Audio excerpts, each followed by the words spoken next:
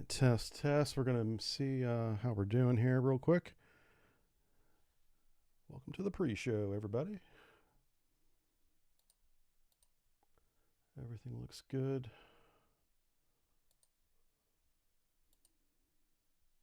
All right, folks, we are looking good. We're getting ready to get started here. Yeah, not going to do that. We'd like to welcome X to the community. How you guys doing over there? Great to see everybody. Today's a very special day. We are doing the U.S. Navy budget this morning for 2026. Here we go. We have audio. And yeah, we're live. Hey, how's it going, everybody? My name's Aaron. I stream as Subbrief and Jive Turkey, depending on which channel you're on, depending on what we're doing. Jive Turkey's our more fun channel. Subbrief's our serious one.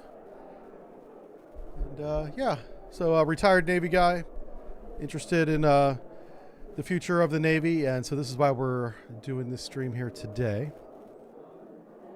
Looks like everything's live, everything's working. Looking good. We're going to do a quick chat test because we will be participating with you guys while this happens.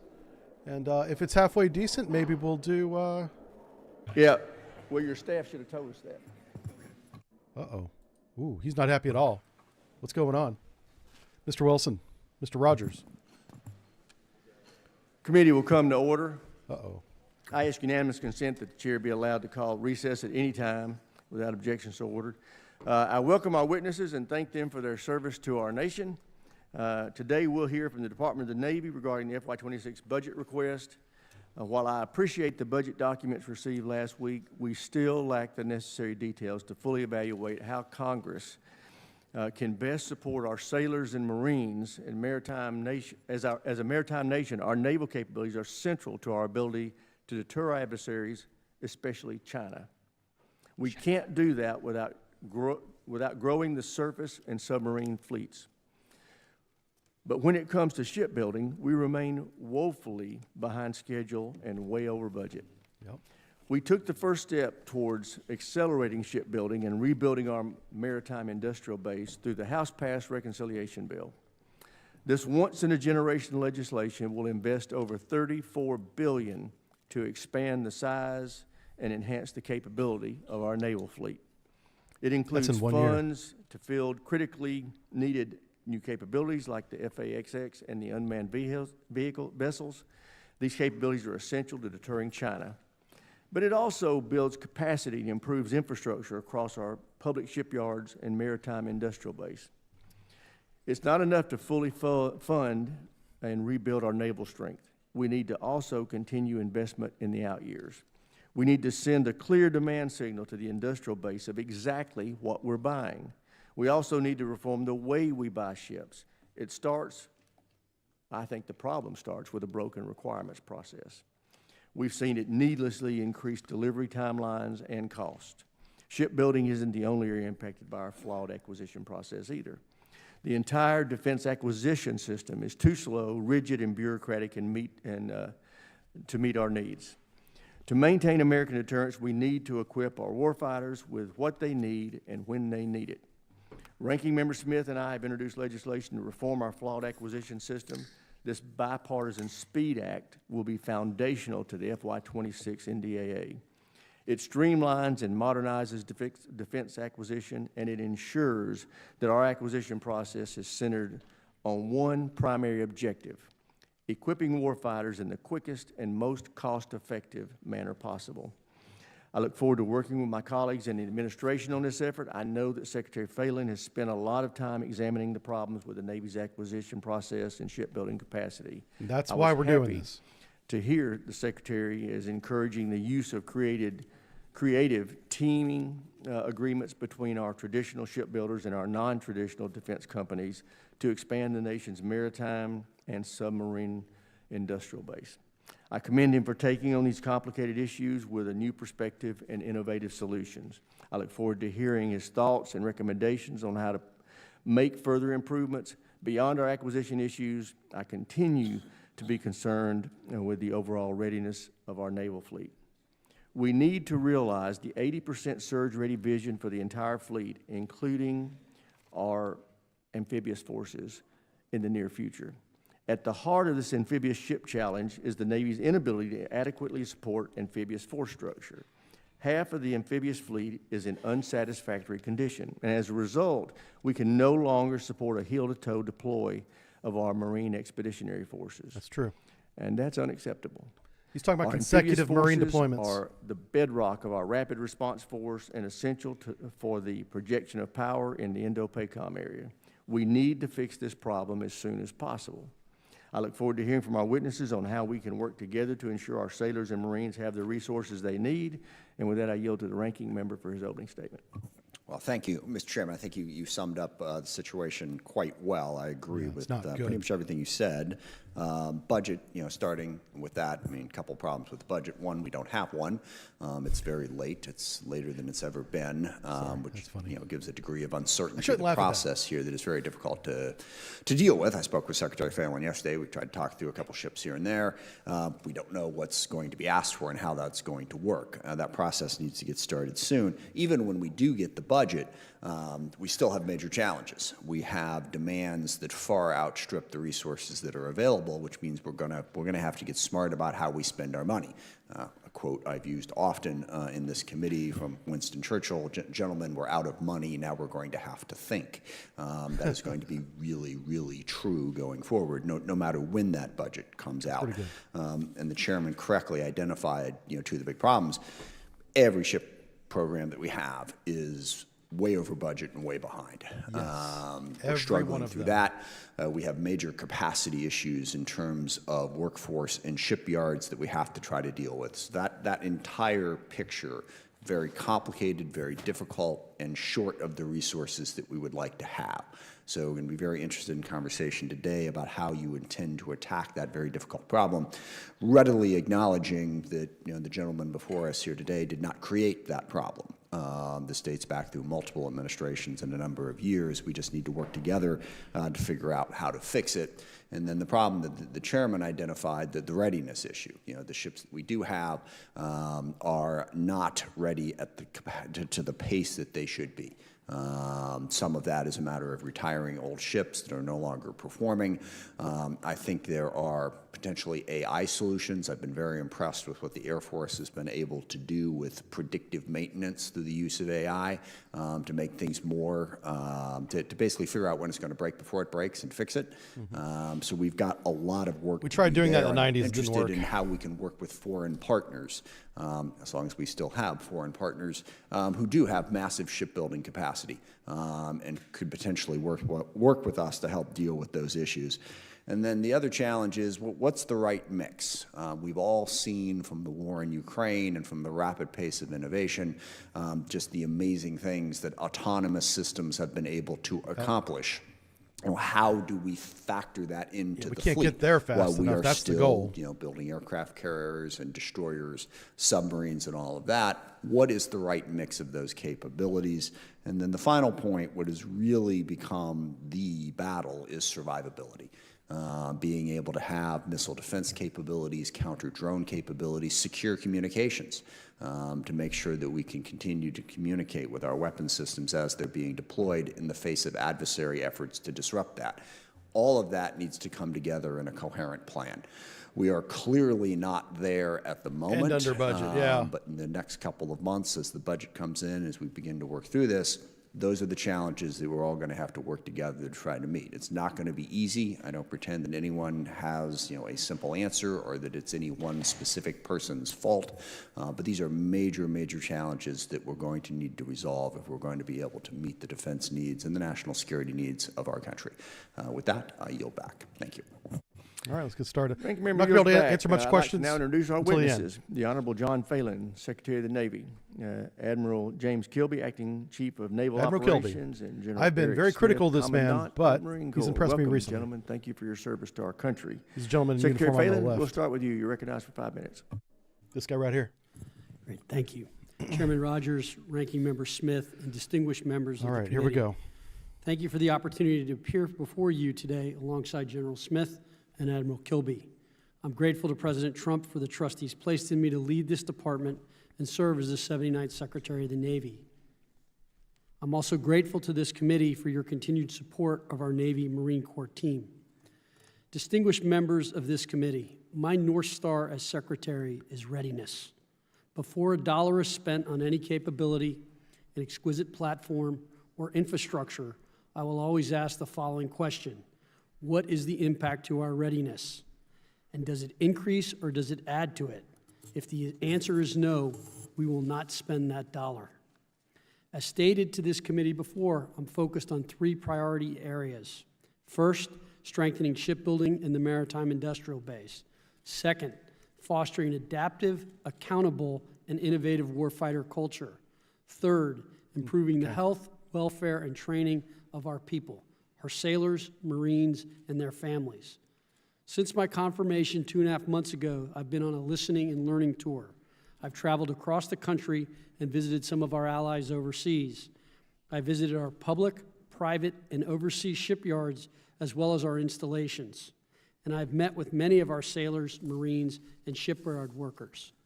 What I have learned is this: we are still the dominant naval power, but our adversaries are closing the gap at a concerning and accelerating rate. We need to make important cultural and strategic changes in order to maintain our competitive advantage. That's good. And we need to address a culture, one riddled with bureaucratic decision-making and gold-plated requirements, that is endemic to this department. Because there is no doubt we are operating in a world that is more hostile and unpredictable. As evidenced by recent conflicts, warfare as we know it is changing dramatically. China is no longer just a pacing threat. It is our primary competitor, both economically and militarily. With their naval fleet nearing 400 ships, China's goal is not the defense of its homeland only. It is the forward projection of power and influence. In the Indo-Pacific, our Navy Marine Corps team is deepening cooperation with our allies and partners to strengthen deterrence and keep open our sea lines of communication. At home, they are supporting Homeland Defense through Task Force Zapper, providing surveillance, logistics, and manpower at the southern border. And in the Red Sea, they've defeated scores of missiles and drones from Iranian-backed Houthis, helped defend our regional allies, and guaranteed access to a major artery of global trade. Our global presence sends a clear message to the world. The United States Navy and Marine Corps are prepared and ready to fight and win anytime and anywhere. However, our naval superiority is under threat. For too long, we have allowed our shipbuilding industry to erode, hollowing out the very capacity we need to maintain credible naval deterrence. That must change. Rebuilding our maritime industrial base is not just a matter of economic policy, it is a national security imperative. President Trump's executive order on restoring America's maritime dominance highlights that urgency and has begun to put us on the right path. I have been to 10 shipyards, 7 here in the United States and 3 overseas, and I've spoken directly with shipyard leaders and the hardworking tradesmen essential to our maritime operations. This is important. I now have a clear picture of our challenges, and I'm developing a plan to fix what's broken. We need to act with urgency, and this will take a whole of government I hope he goes into it, but the way they do it over in Asia capacity is much more efficient than here. We are developing a deliberate, actionable plan to restore our industrial base, but we cannot do it alone. Congress, private industry, and the Department of Navy must work collaboratively if we are serious about ensuring our naval superiority. In closing, it is clear that our greatest asset is the extraordinary men and women who serve, our sailors and Marines. We will continue to invest in them through smarter recruitment, better training, and targeted retention efforts to retain top-tier talent. And we will prioritize quality of service initiatives to ensure that our sailors, Marines, and their families have the resources they need. Marine General Charles Krulak aptly stated that the future of an organization is in the hands of the privates in the field, not the generals back home. Our job, my job, is to ensure they have every tool, every advantage, and every ounce of support they need to succeed. Thank you for your support. I look forward to your questions today. The Q&A is going to be the interesting part, folks. I appreciate you highlighting that. Admiral Kilby, you're recognized next. They're each going to introduce their statements. Chairman Rogers, Ranking Member Smith, distinguished members of the committee, Thank you for the opportunity to testify on behalf of the United States Navy today. Your Navy provides the nation with sea power and sea control that is needed to preserve our way of life and ensure our security and prosperity. Your oversight and funding ensure we are ready when the nation calls. I'm pleased to testify alongside Secretary Phelan, who brings needed and unique skills and experiences to help us accelerate the work of the Navy, and alongside my partner, General Smith, the Commandant of the Marine Corps. In the past year, our sailors have defeated hundreds of drones and missiles and executed dozens of strikes from the Red Sea and the Eastern Mediterranean. They have strengthened alliances and deterred Chinese aggression in the Western Pacific, and they have supported operations on the southern border. They have maintained an unbroken strategic deterrent with our ballistic missile submarines. In short, the Navy, integrated with the Joint Force, remains postured and ready to fight and win. We remain committed to a strong global Navy, one that is prepared to defend our homeland, deter our adversaries, and prevail in war. We are laser-focused on China as our most consequential opponent, and while strengthening our defenses in the homeland. We prioritize our operations, training, and readiness accounts to ensure our naval forces remain ready, resilient, and able to execute national tasking. The Navy and Marine Corps preserves peace through strength through investments in our strategic deterrence, our defense industrial base, and our installations via initiatives like the Shipyard Infrastructure Optimization Program. Most importantly, we are continuing our strong commitment to our people, our sailors, our Navy families, and our civilians through pay raises and investments in quality of service such as unaccompanied housing and child care. But we are facing some challenges. First, our platforms are not as ready as they need to be. We set an ambitious goal to make 80% of our submarines, ships, and aircraft combat surge ready by 1 January 2027, and we're not there. To That's do not that, ambitious, we are that's the reducing standard. maintenance delays and improving manning, training, modernization, and sustainment. Secondly, the Navy has 22,950 gaps at sea. Thanks to process improvements and targeted investments, we are on plan to reduce that number significantly by the end of 2026.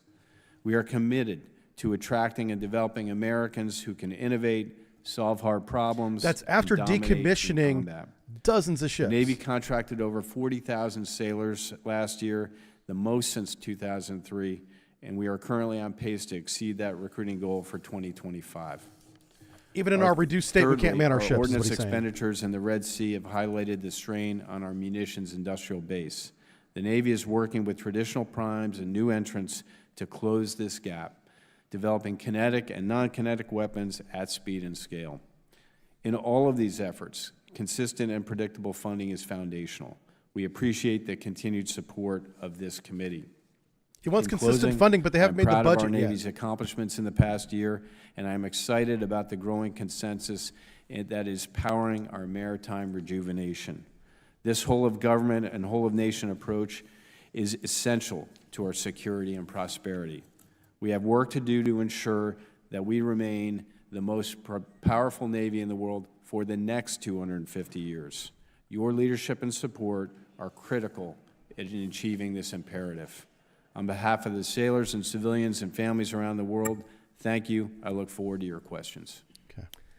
Thank you, Admiral. General Smith, you're Calm. recognized. Calm. Good afternoon, Chairman Rogers, What the hell's this guy doing? Ranking Member Smith, ladies and gentlemen. I'm honored to appear before you today alongside Secretary Phelan and Admiral Kilby, my shipmate. I have sympathy for to these guys represent right your here. Marine Corps. I'm going to keep my comments short so I can answer your questions. There we go. First, I'd like to start by sharing the I Marine like 'em Corps' already. top 3 priorities. First is restoring a 3.0 amphibious ready group Marine Expeditionary Unit presence. This simply means 1 amphibious ready group constantly deployed off the East Coast, 1 constantly deployed off the West Coast to cover down on the totality of the Pacific, and 1 episodically deployed out of Okinawa, Japan, our FDNF, our Forward Deployed Naval Force. The amphibious ready group with the Marine Expeditionary Unit embarked is the most versatile tool in our nation's inventory. It is truly the Swiss Army knife of the Joint Force. We're working closely with our Navy partners to maximize this capability. Man. My second priority is accelerating force design. Force design is our journey to adapt to the changing character of war. The nature of war remains constant, but the character changes. We're in the implementation phase now. We're fielding new capabilities and reshaping formations across the force, from our Marine Expeditionary Units and Marine Littoral Regiments to our Marine Expeditionary Forces. They have a lot of anti-ship capability And finally, now from shore. improving quality of life. Every Marine deserves That's a already in clean, the field in the safe place Philippines. to lay their head down at night. Barracks 2030 is how we're getting after this. This is our most consequential housing investment in history. It is a quality of life issue that goes beyond our barracks. We're also investing in the well-being of Marine families, because you recruit the Marine, but you retain the family. And retaining our Marines means supporting those who stand beside them. I'll close with this. Your Marines remain the most ready when the nation is least ready. That's our mantra. A forward-postured force, trained for combat, and built to deliver flexible, lethal options anytime, anywhere. Thank you again for your trust and support. When it And I hits the look forward to your fan, you questions. want the Marine Corps on site. Thank you, General. I recognize myself first for questions. guys Secretary are Freeland, badasses. since you took your position, you've been conducting reviews of shipbuilding programs. Can you tell us what your takeaways are from those reviews, and what are your plans to get our shipbuilding Here we go. programs back on track? Here we go. Let's do this. Thank you, Chairman. Unfortunately, I don't have good news. All of our programs are a mess, to be honest. We are behind schedule and over budget. I think our best performing one is 6 months late and 57% over budget. Which one is that? So I am working very hard to try to get, And you said that's the best one? that is the best Yeah. one. Most of them are 18 months late. Who's only 6 So months we are late? working very hard to get these fixed. Now, I think the Navy has begun to make some rapid changes at the public shipyards, and we've been talking, I've met with both with Electric Boat and Huntington Ingalls when I was at their yards, in terms of some of the changes we are trying to make to shift the schedule left, particularly on those platforms that are extremely important, like the Columbia and Virginia-class submarines. Okay. I think we've got some plans in place that will help shift that schedule left, and then we are working on the costs and trying to understand the whole procurement way we procures, and the way we're going to attempt to budget going forward, or not budget, contract going forward with them. And so I would tell you, as I think I said in my opening statement,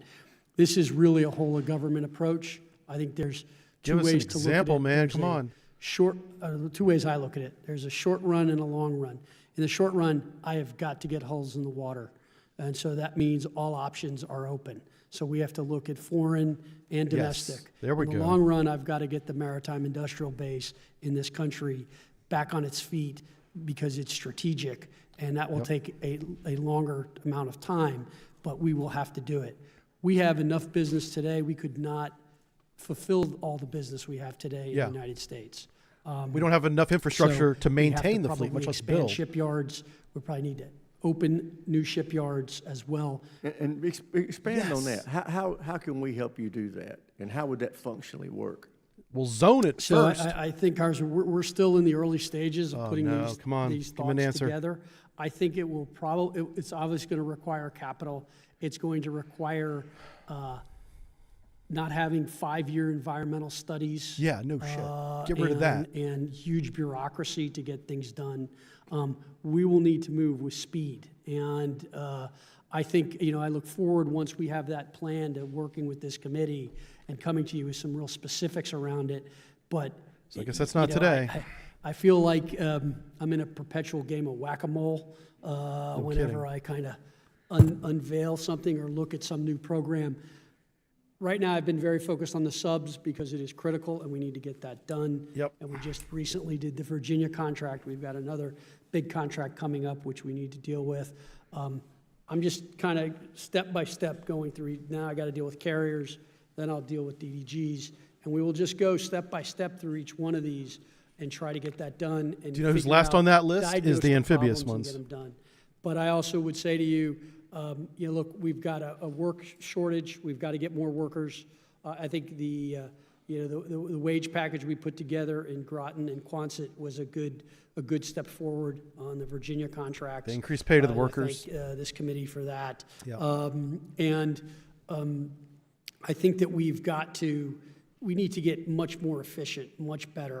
When I was in Korea, I got in a DDG that's 10% bigger than ours, a very good ship, third of the cost, and built in 3 years.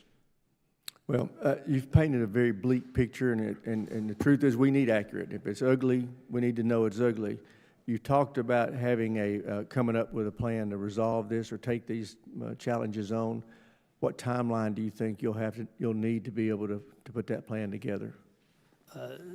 So I'm on day 72 of the job. I am pushing very, very hard to try to have something done in the next 30 to 60 days with a kind of complete kind of idea 60-day of where plan, I'm at. It just really depends We'll have another one of these what else hearings in happens 60 in my days, ops, probably. But I'm working very hard, and again, it's just methodically. I had to go see the shipyards. I had to go see the programs. Now, look, Well, we just need you to get us information as soon as possible. You know, we're going to try to do the NDA in mid-July. If you want us to help you with that product, you need to Holy try to cow. get us something by then. I yield to the ranking member. Thanks. Just following up on that, as you know, the chairman and I are working on an acquisition reform process, full committee is. And, you know, when you make those statements about how quickly other places are able to build ships, a lot of it, I think, comes down to regulations and requirements. The requirements process is an endless rotating nightmare that is completely disconnected in many instances from a usable product. And I think we agree with that. I've often made the joke that if I could, I would snap my fingers and eliminate half of all regulations, and I don't care which half. That's probably not a smart way to go about That's it. hilarious. But we seem to I like make this no guy. progress on this. So just for all three of you, I'm curious, how would you blow up that regulations process, shrink it down so it stops sucking us into this? It's not the only problem, I will grant you, but it certainly seems to be Yeah, really let's start a there. big Got to start part of the somewhere. problem. Start with regulations. Admiral, you want to take the first stab at that? Hey, sir, thanks for that question. One of the things taking a page out of the Ukraine lessons learned and what's happening with the Houthis is we must go faster. So I think abandoning the idea that we have to have an approved program of record before we proceed is something we have to consider for capabilities like We haven't unmanned had to get them an out approved faster. program So, since the We 90s. were working on a Zumwalt, legislative LCS, that the came new out for a frigate rapid capabilities wasn't even office approved, in and that's why NAVAIR, it's and late. I It's because asked they for that can't to do include it. The entire Navy. Holy- We are going to talk to the Secretary about that, but to me, that thing within the Navy could allow us to deliver capability faster. wanna go forward without a plan I acknowledge again, the and tenets of that- the SPEED Act and the desire to remove holdups there, and I think that that's good. You already have My that. sense is we're going to need some rigidity to make our traditional platforms, some consistency that allows you to fund and develop things and have confidence in the program, and at the same time, some flexibility to develop unmanned things that we're not wedded to. So we are doing that with PAC Fleet and supporting them, trying to get them a capability by 1 January 2027 for a missionary we call non-traditional sea denial, which is largely unmanned. I think that is a good foreshadow of where we need to go. Thanks, General Smith. I don't know. Our Is Secretary no Family, one you wanna going go to call him on Thanks, that? Sir, I'd echo my shipmate. I don't think the Admiral senators Kilby. know. You know, for an example, drone technology. We can additive manufacture and 3D print drones right now. We're doing it at Quantico. They're doing What we it. need is the Yes, authority to God operate bless the them, Marine Corps. the authority to train with them. And so being able to do additive manufacturing and 3D printing without relying on a specific vendor Put to this man in produce charge. something for us is really key. Because I don't want to have to pay a vendor for something that I can do myself. Yeah, Yeah, we would love to empower you on that step as part of our reform effort, Mr. Absolutely. Secretary. So a couple things. One, you know, look, we have the Navy in particular, as you alluded to in your opening statement. We have been deferring maintenance on ships. We have underinvested in our infrastructure. yeah. And all those bills are coming due. Yeah. We are kind of at the end of what we can defer. And that's one of the problems that's going on. So I don't think the Navy's totally to blame, to be honest. The problem also is requirements happen both from the Navy and from this body to some extent. Yeah. And people. We are part of the problem. I readily acknowledge that, and something we need to fix. Yeah, and we need to really try to get that resolved. I think the other thing, just in the Navy's defense, a lot of these things are brand new. These submarines we're building right now they look a lot like old submarines. They are very different. Same thing with the carriers. So some of the problems better we've watch had his is mouth. first in class, and the problem What is you I say think here, with the Mr. Navy, Phelan? we tend to want to have everything perfect before we start it. And we've got to stop that. We've got to get it in the water. Let's iterate. Yeah, And then okay. make the Now second and we're third talking. one better. The frigate should other thing already is be in the we water. tend to create multiple classes of things. So take the V-22. I think there's almost 438 of them. We have 70 different varieties of V-22. Yeah. Okay. Now, I'm still waiting for the comprehensive report. In on the that, Navy, we call those understand. batches. You But to commonly your have batch point, 1, we've 2, gotta 3, and get so the on of the requirements same type of down. vessel. We've got to make this 688 simpler. had 3. There's one thing when you're building, and it's a business I know very well. It's called schedule. If you don't stay to the schedule, you are going to be over budget and you are going to get killed. Well, the phrase "the perfect the enemy of the good" is just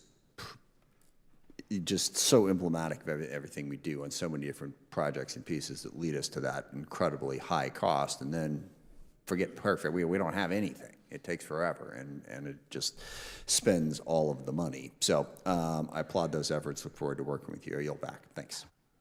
Chair, and I recognize the gentleman from South Carolina, Mr. Wilson. Thank you very much, Chairman Mike Rogers, for your leadership. And indeed, I'm really grateful to be here with you. Each of you, I'm a Navy dad. As I mentioned to you, my son just retired, Lieutenant Commander at Beaufort Naval Hospital, and just appreciate, he glued the Marines back together at Parris Island and at Marine Corps Air Station. And then I'm grateful, too, that my late father-in-law received the Navy Cross. Enough of your as a fucking Marine. resume, dude. Get He to was it. part of a contingent of Clemson cadets that actually seized Shuri Castle at Okinawa, the castle of the Ryukyu Kingdom. And so we identify. And then I was on ground level. I was in high school a Sea Cadet at the Charleston Naval Base. Good for you being a Sea So Cadet. I particularly What's your appreciate question? what you do. We appreciate all of you for a strong America through peace, through strength. We are in a Cold War we did not choose, between dictators with rule of gun invading democracies with rule of law. War criminal Putin, the regime in Tehran, and the Chinese Communist Party continue to modernize their capabilities and rapidly expand what we are forced to react to, and we have changes in the battlefield. President Donald Trump is correct. The Iranian regime must not have a nuclear bomb to achieve their goal of death to Israel, death to America. The U.S. must remain ahead of our adversaries to ensure we do not fall behind, again, with the goal of peace through strength. With that in mind, Mr. Secretary, and also I want to congratulate you. I have a grandson at SMU. Jesus Christ. Junior, okay? So I know your academic background We is have 2 hours, extraordinary. sir. It's You're almost using as it good up. as the Naval Academy. We're witnessing the unprecedented buildup and modernization of China's military. They're building ships at an alarming rate, and their defensive capabilities continue to expand. What more can be done with sufficient Navy resources to deter or fend off an attack on Taiwan by the Chinese Communist Party? Great question. I'll start, sir, and yield to the Secretary. You know, we've been studying this in the Navy for a long time. We have a global series of war games we conduct at Newport at the Navy War I might have been College. involved in some of And we that. have very experienced commanders like Admiral Paparo and Admiral Kaler, who their responsibility is to work this. There are 5 areas we are focused on in the Navy. What are Long-range they? fires, counter C5 ISRT, which is being able to counter the Chinese ability to track us, terminal defense of our ships, because we've got to be able to defend them, and contested logistics. That's the 4. last area is this area called non-traditional sea denial. Okay. And that came out of study and thought from Admiral Paparo when he was the That's- PAC Fleet that's a different commander, name, but okay. that we needed to make Taiwan a very difficult target to take. So we're investing in those. We're experimenting in those. I think you made the last one up. Several But weeks ago, the I was point's out the same, in so San I'm Diego sorry, I'm laughing, with but I Admiral shouldn't. Kaler and Admiral Paparo as they were working some of these technologies together to deliver them at pace.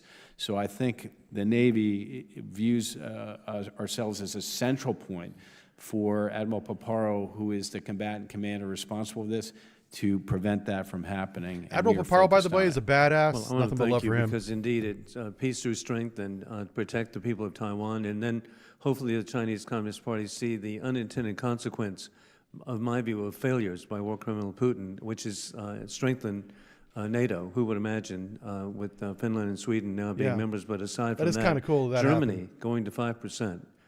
So truly the Communist Party needs to see that an invasion of Taiwan would be catastrophic. And then, General Smith, in your testimony, you mentioned the lessons learned from war criminals Putin's unprovoked invasion of Ukraine. And, for example, with the UAVs, how is the Marine Corps preparing? Congressman, thanks for that. What we know is if you can be sensed, you can be targeted, and if you can be targeted, you can be killed. Yep. So first, you have to have a lower signature going in. You have to mimic or be They should be in able charge to of cancel out submarines. your own signature to hide in plain sight. And that's something that we're working on very, very hard. You also have to be able to protect yourself against drone technology.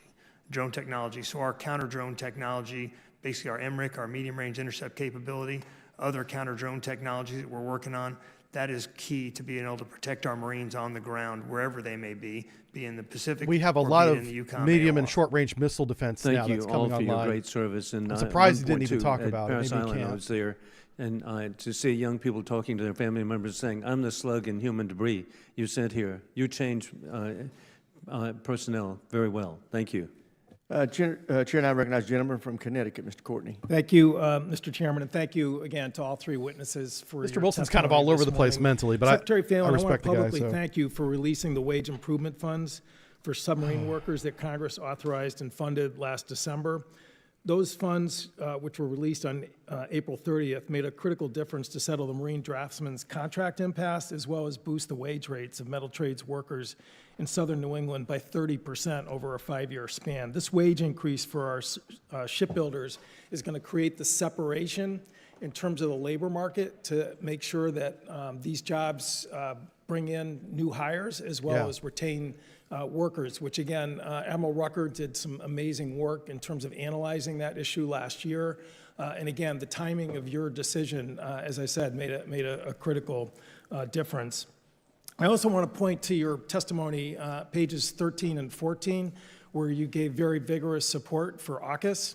And echoed actually Admiral Paparo when he testified here a few weeks ago about, again, the advantages to the U.S. In terms of AUKUS. Your testimony walked through the joint training that's happening right now between our two navies, as well as joint training in terms of shipyard workers from Australia, Guam, and Hawaii, which again is going to, I think, enhance, not burden, U.S. readiness. I was wondering if you could talk about that for a second. Congressman, thank you for the question. AUKUS, if you don't know, is the Submarines trilateral are agreement between critical England, asymmetric Australia, and the United States for advantage, submarines and other obviously technologies. Australia and the United Kingdom are our closest allies, and in particularly in the undersea domain.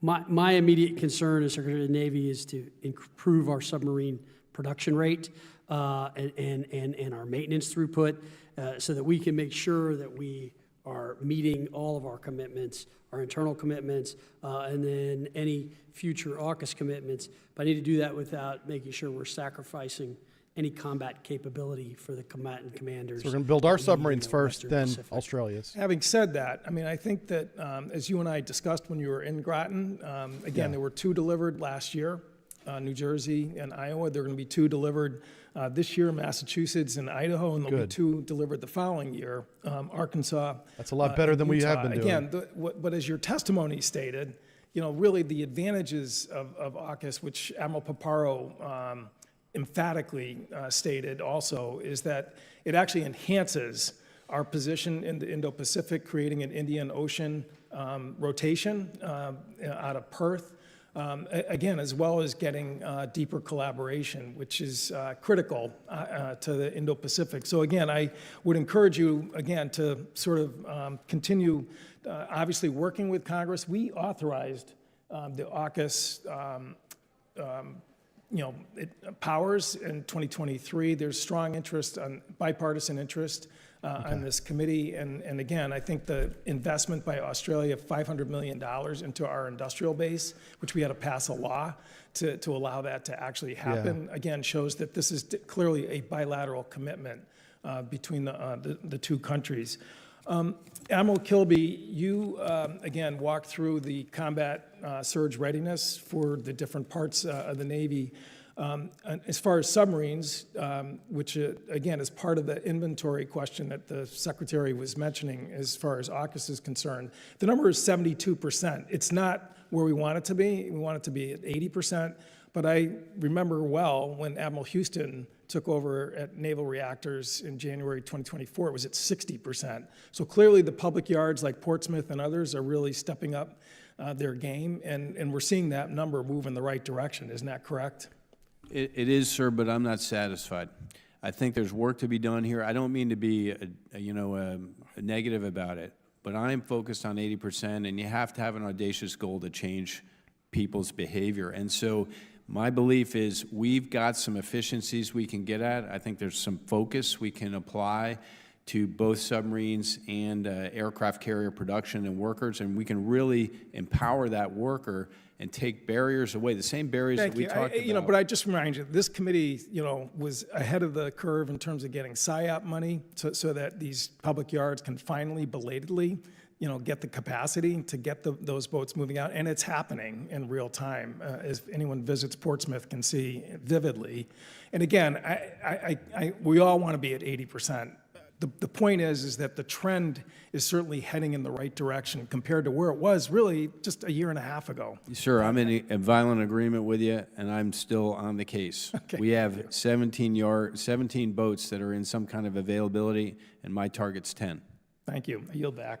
And availability means they Chair, can't I go to recognize sea. Jim They're from only they're in the Virginia, shipyard Mr. or Whitman. need to be in the Thank you, shipyard. Mr. Chairman. I'd like to thank our witnesses today, Admiral Waiting to Kilby, be in the Secretary shipyard. Phelan, General Smith. Thanks again. Thanks for the incredible job you're doing. Gentlemen, I want to begin with submarines. We had a hearing last week with leadership in the Navy. I was assured that we would not repeat the budget request from FY25. We only requested one Virginia-class submarine. I look forward to a request coming over this year that will, at the minimum, request two. Yep. We know where we are. Eventually, we got to start building where three. we are as far as A-sub-O, operational availability year. of submarines. I still want to get a perspective on where we are with the number of submarines. Admiral Kilby, is the requirement still 66 attack submarines? It is, sir. Are we anywhere close to that at this point? We are not. Do we still have the plan to recondition some 688s to repower them to help us get closer to that number? I don't know if Yes, that's a sir, good we idea. do.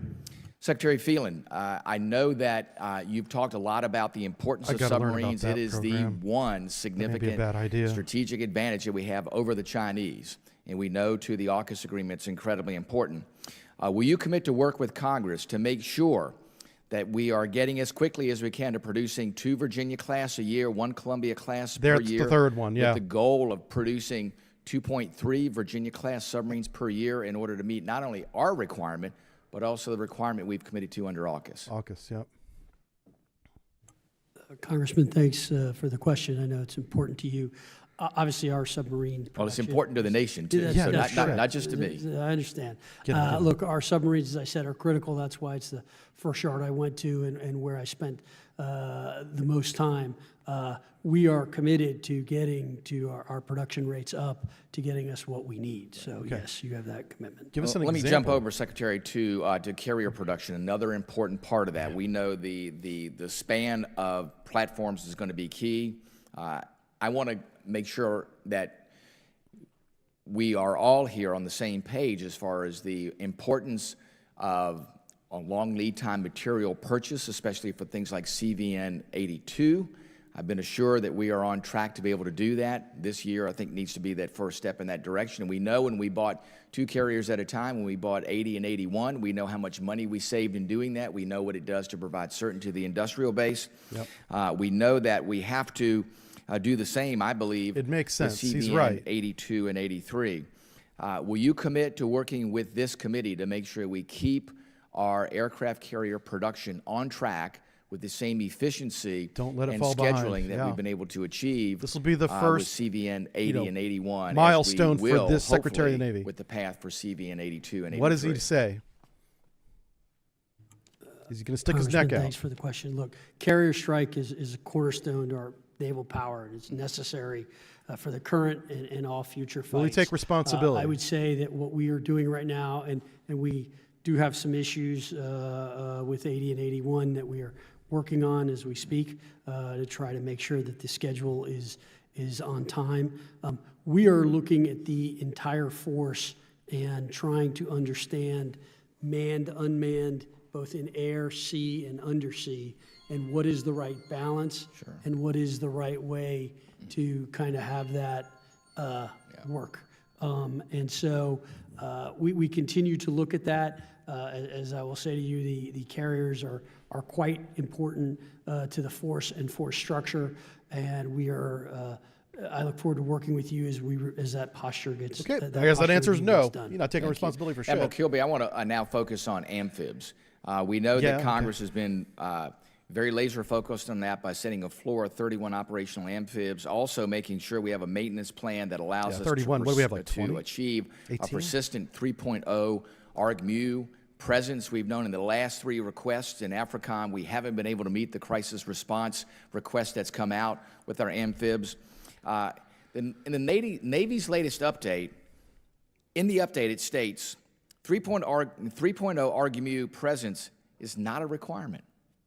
That's pretty interesting when Congress says that the 31 floor is a requirement and that we require a maintenance plan to achieve 3.0. Why does the Navy characterize the 3.0 ARG-MU presence as optional?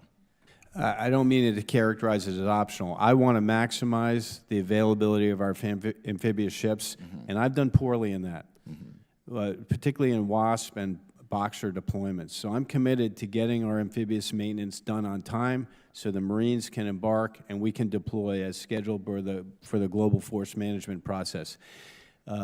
Our shipbuilding numbers, as you know, come from force structure assessments which are derived in our shipbuilding plan.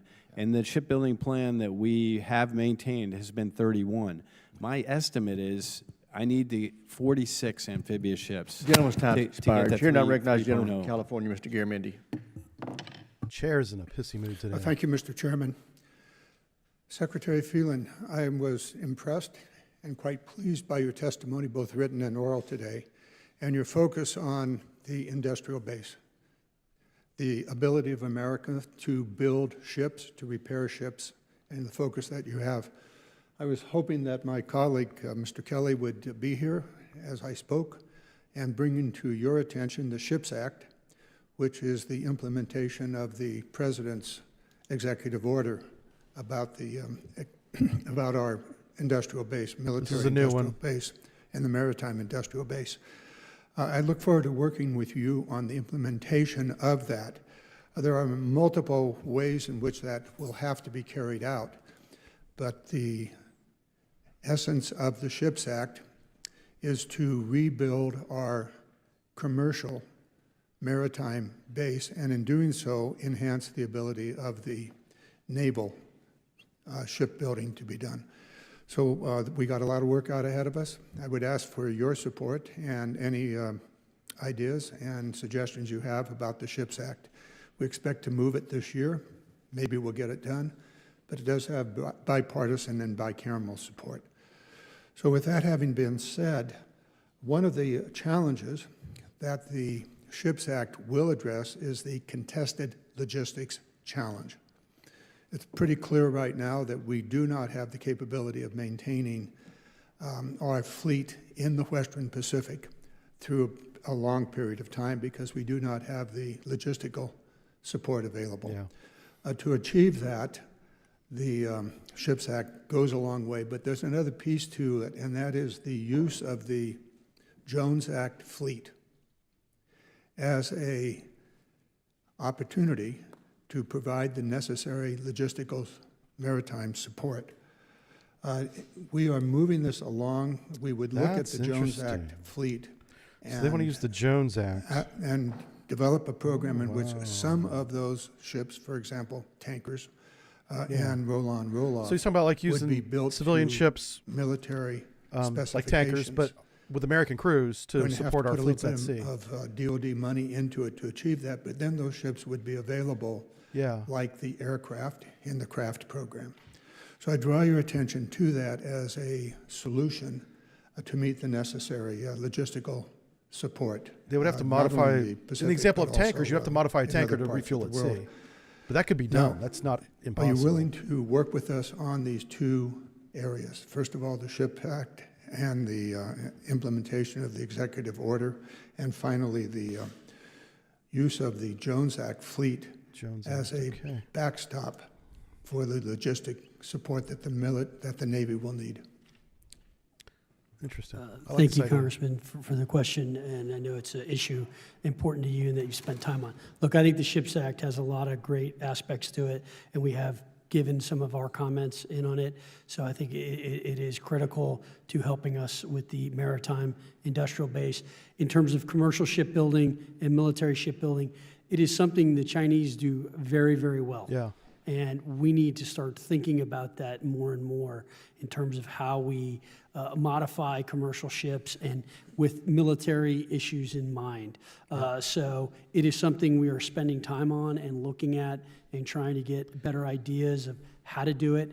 Because I think, as Admiral Paparo likes to say, it's how many holes in the ground can you get? And we are trying to make sure we can optimize that. And if a conflict does take place, commercial and logistic ships will be very, very important to that effort. There's an example next to you with the Marine Corps, Yeah. who have found that some of the offshore support vessels for the petroleum industry can be modified and used immediately by the Marine Corps. I'll let that stay there. That's a great Admiral idea. Kilmer, you knew I was going to go here, and that has to do with that. How do we make sure that the ships that are supposed to be going into availability are prepared for that availability, that the status, the capability of the ships are known before they even arrive at the repair facility? I'll just use one brief example, recognizing where we are in time. But USS America is going to go into availability. She has 191 open and inspect actions that were originally planned for the availability. We've pulled that left and are working with the fleet commander to do those open inspects early so we can properly inform the package. Gentleman's to do time's the work. expired. Chair, and I recognize the Thank gentleman from Texas, Dr. Jackson. Thank you, Mr. Chairman, and thank you to our witnesses for being here today. a good I idea. appreciate your time. Earlier this year, the U.S. Navy announced the future Bethesda-class expeditionary medical ship will be named the USNS Portsmouth. This modernized vessel will deliver life-saving capabilities, sailing faster than both the Mercy and the Comfort, while providing world-class forward-deployed medical care wherever needed. Admiral Kilby, would you describe how these advanced medical vessels are essential to Navy Medical Corps' ability to deliver care in the time of conflict, and how this ship will factor into the distributed maritime operations concept? Yes, sir. Thanks for the question. I've been involved with this effort for some number of years, really excited about the medical community running at this and working to get involved in the requirements process, and they worked faster than most. This vessel is a Roll 2 care vessel, so realizing we have 2 hospital ships, we wanted to increase the density of our ships to be able to respond to massive casualties. So we're really good at medevacs of 1, 2, 3 sailors. We said, what if we have 50 sailors in the water? How do we respond to that? And this ship that's is a going to be the response case to that with action. China. So it really gets at the contested logistics problem, and we need to continue to work for solutions like that. But I'm optimistic about this ship and what it will do for us, sir. Yes, sir. Thank you. I appreciate that. I know there's some challenges, especially this year with the budget, with the shipbuilding capacity, but I do think it's important, like you do as well. And I think especially when you're looking at the Indo-PACOM theater, it's critical. With the continually emerging threats in Indo-PACOM, we must possess unmanned undersea capabilities that meet the growing need for submerged operational awareness and payload delivery. Growth in the private market is generating new I've done solutions contract work on in this. commercial undersea technology Let's see while what he reducing says. procurement and operational costs for the military. Secretary Phelan, how is the Navy looking to leverage commercially available unmanned underwater vehicles to meet emerging mission needs and capability gaps? And what can be done to accelerate the fielding of these platforms across the fleet? Who is this guy? Jackson? Dr. Jackson? I'll have to write his name down. Congressman, good to What see does he you. know about Thanks that? for the question. Look, we are testing a number of different unmanned platforms, but in the air, on the water, and under the sea. We are definitely pushing very hard with new companies. When I traveled to Indo-PACOM and then came back, I stopped in Los Angeles and spent some time with a big 3D manufacturing company and another company, Anduril, who's doing some things that we're testing. Ceronics, another company that the Navy is testing products with. So, and Saildrone is another one which I met at the Sea Air Space conference here. So Saildrone we was are one of the testing first. a number of different They're still out ones there. to There's see, and I think hundreds of little one of drones, the hundreds, keys, dozens and of I little think drones where we need to all across kind the Pacific of right change now. in the Navy, again, this comes to a cultural change. We tend to test it, and then if it doesn't work, we're like, next. Yeah. In the private market, as you know, we iterate. Tell us what's wrong, tell us what's not working, let us try to fix it and make it better. And so this Rapid Technologies Office that the Admiral and I have been talking about is another way of doing that. And I think, look, to be perfectly honest, I think one of the things we need, and I hope the speed legislation covers this, is we need flexibility when it comes to unmanned, because the technology is moving so rapidly. If you look at what happened in the Ukraine in that recent conflict, that was a very different drone than one they had a month ago. The fact And is, so they had one a to month be ago stuck with and a one program now. With that platform, we can't have that. So we are going to need more What we're flex doing is when we we're spend, building one going, particularly oh, on something unmanned new and shiny, because of and the never speed. finishing the And so first one. I That's think what we the way got to fix. procure on unmanned is something that I look forward to working with this committee on and doing that. If there's specific programs, I know Admiral Kilby could address that. Yes, sir. I think you're That's why the absolutely right. frigate's I not think in the water. companies you That's mentioned, exactly Anduril, why. Ceronic, people like that, they're ready, they're willing, they want to do this. And I think like we've learned a lot over the last few years with what's going on in Ukraine and Russia and what's happening in the Red Sea. We have to get on top of this. This is where the future's at. And, you know, obviously anything we can do from this committee to help, I will be anxious to assist that. With that, I yield back, Mr. Chair. I thank the gentleman, and Ms. Secretary, I would urge you, I know you've got a lot on your plate, but make sure the folks that are with you that work on acquisition are looking at our SPEED Act, and if there's things that we need to add that aren't in there, it is a product that's still evolving and developing, and I would say the same thing to the General and the Admiral. We want your input. We want this to be meaningful reform that's going to make a difference so we can get after these rapid technological advancements, because you're exactly right. We cannot keep doing things the way we've been doing Right. it and expect to be successful. in Don't the delay future, Hull what you 1 just because described. something So changed. I ask for your help. Build With the that, I fucking recognize ship. the gentleman from Massachusetts, Mr. Moulton. Thank you, Mr. Chairman. General Smith, I've questioned you repeatedly over the past 2 years about what actual progress Marines have made on the ground in the Pacific, putting the theory of force design into practice to meet the China threat. Having recently returned from the Philippines, I was more impressed than I imagined with what your Marines have already achieved. So please keep pressing. Yeah. General Smith, I also questioned you repeatedly They about basically what rebuilt the an old World realities War II are air on the base ground in a few Quantico, months. where you're training the future leaders of Pretty the Corps. badass. And I'm concerned that standards have been lowered to keep up graduation numbers.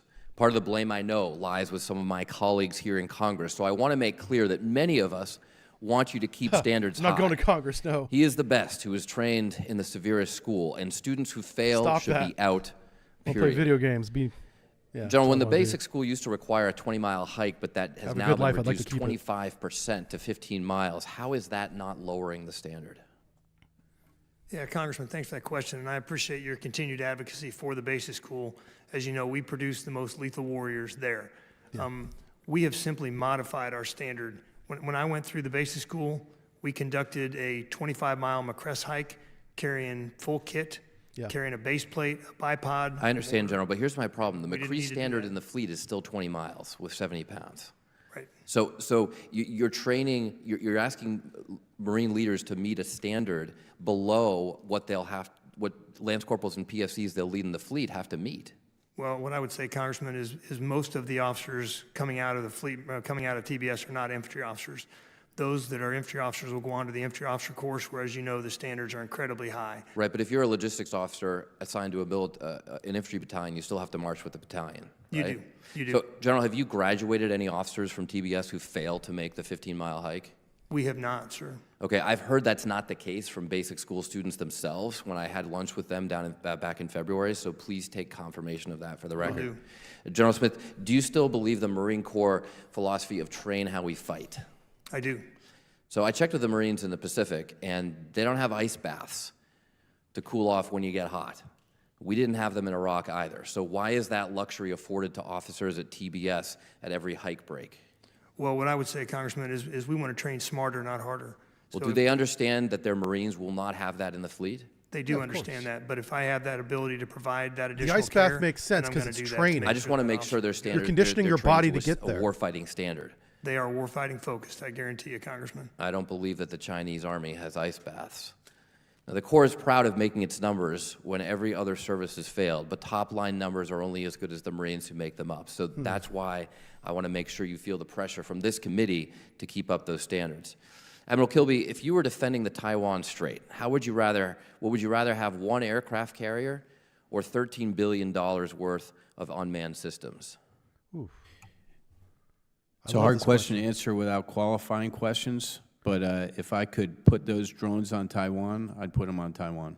Thank Well, you. Great I'm answer. glad to hear that. Great Many answer. admirals have not answered that question the same way, but I'll tell you, every junior officer that I've asked this question of, and I ask this question a lot, has said what you just did, which is we'd rather take that $13 billion aircraft carrier money and put it towards unmanned systems. I did have a qualifier, though. I get it. We don't have time for all the qualifiers.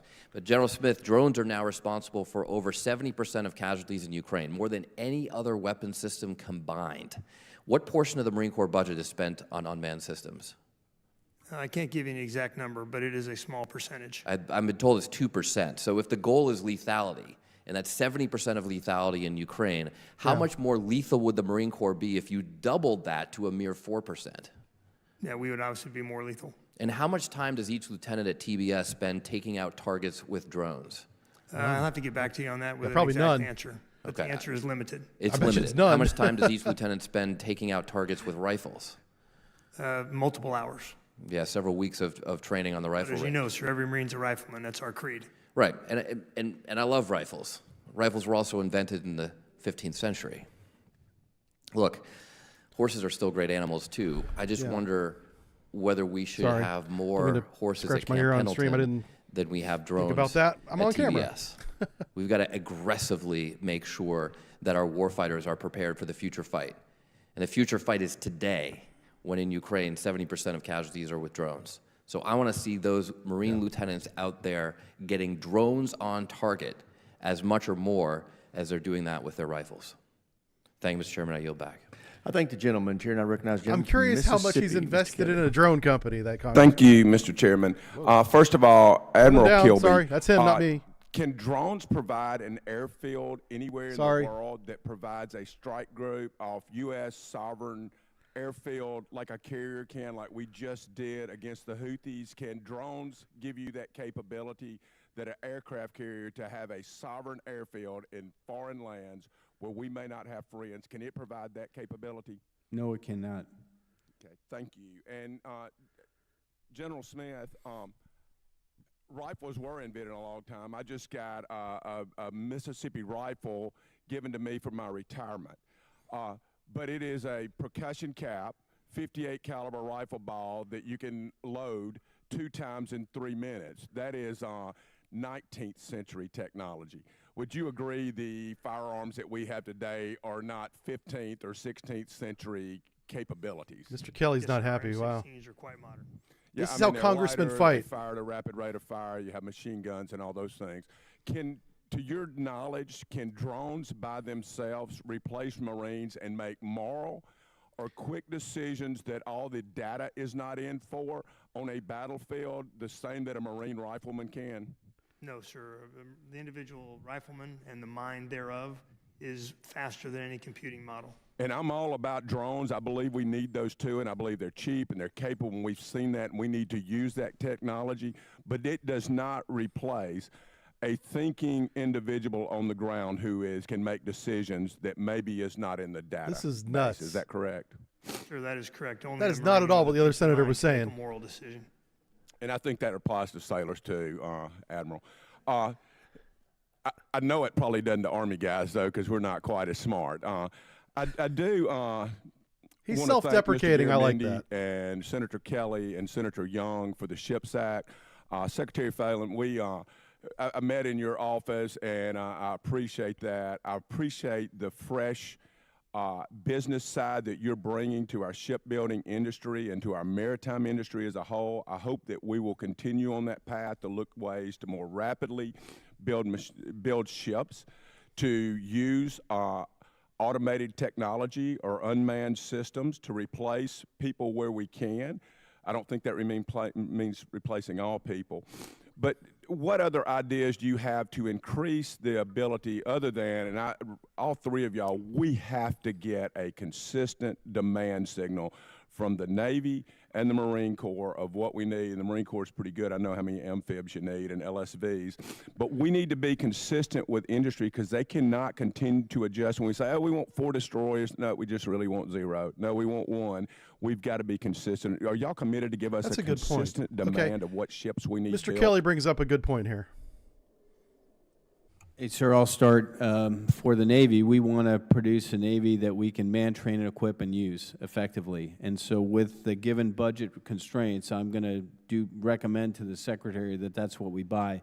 To the extent I can do that with consistency, I exactly and agree with you wholeheartedly. And I understand the impact and the demand signal on industry, but I feel a commitment to the Secretary to make sure we're manned, trained, and equipped. Those are the readiness accounts, and the Secretary referred to that I want to make sure are solvent so we can employ the Navy the way we want to do. So there's a little bit of a push-pull there. I'm not trying to be cute with you.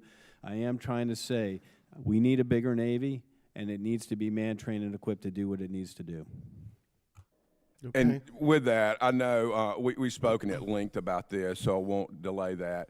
Tell me, though, I think Congressman Moulton had a great point on where we can, we do need to replace men and women with machines, especially in hostile environments. In what way can we use USVs or all the unmanned systems, whether subsurface, on the surface, or drones in the air? In what ways can we use those to complement our Marines and Navy across the world? What plans do we have to use as many unmanned systems as we can? There's a lot I'll of start with that. I answered that question. It's non-traditional sea denial, specifically focused for Admiral Paparo and Admiral Kaler in the near term. that was his fifth but point they of his don't 5-point replace plan. the legacy platforms we need. It's a combination, and we need to work with the Secretary on a vision for a hybrid fleet, which has both of those moving forward, but I'll yield to the Commandant.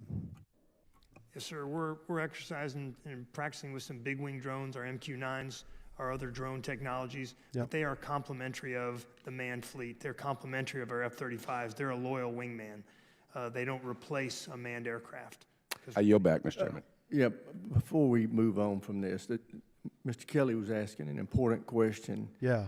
And I've stated in here repeatedly, and I can't emphasize this enough, budget can't drive policy. Policy has to drive budget. When General Kelly asks you about the numbers you need to tell us what the numbers you need to meet the threat. And if the budget will only allow you to achieve part of that number, then tell us that and put the balance in your unfunded requirements list. It is our job to find you the money. It is your job to define what you need to meet the threat. There you go. And I like this guy. Really am frustrated by the fact that presidents, both parties, give us budgets that show us what they would like to do. That it just informs us. It does not limit us. Yeah. I know it limits you, but we still need you to tell us what you need. And I think that's what General Kelly was Give getting us a after number. in that question. So that understand there's what's in the budget request, and then there's the UFR list. We look at that UFR list as being the balance of what you said you need. So I'm sorry to take that time. But I So do what they're want to doing drive is that they're point creating home. a Thank you. vision And with that, I'll statement recognize and General calling it a Massachusetts, Mr. budget, Keating. or calling it a requirement that the budget then tries to fill. I would like to But how just, much does a if you vision could comment cost? on, How many ships another area of concern fills the vision? and competition. Those that three we gentlemen have in with front China of this and with committee Russia in answered that particular. question. And we And they're have not an doing it. opportunity to work more with our allies, particularly our European allies in this respect. And Sorry, that's I'm talking too much. what's happening in the Arctic.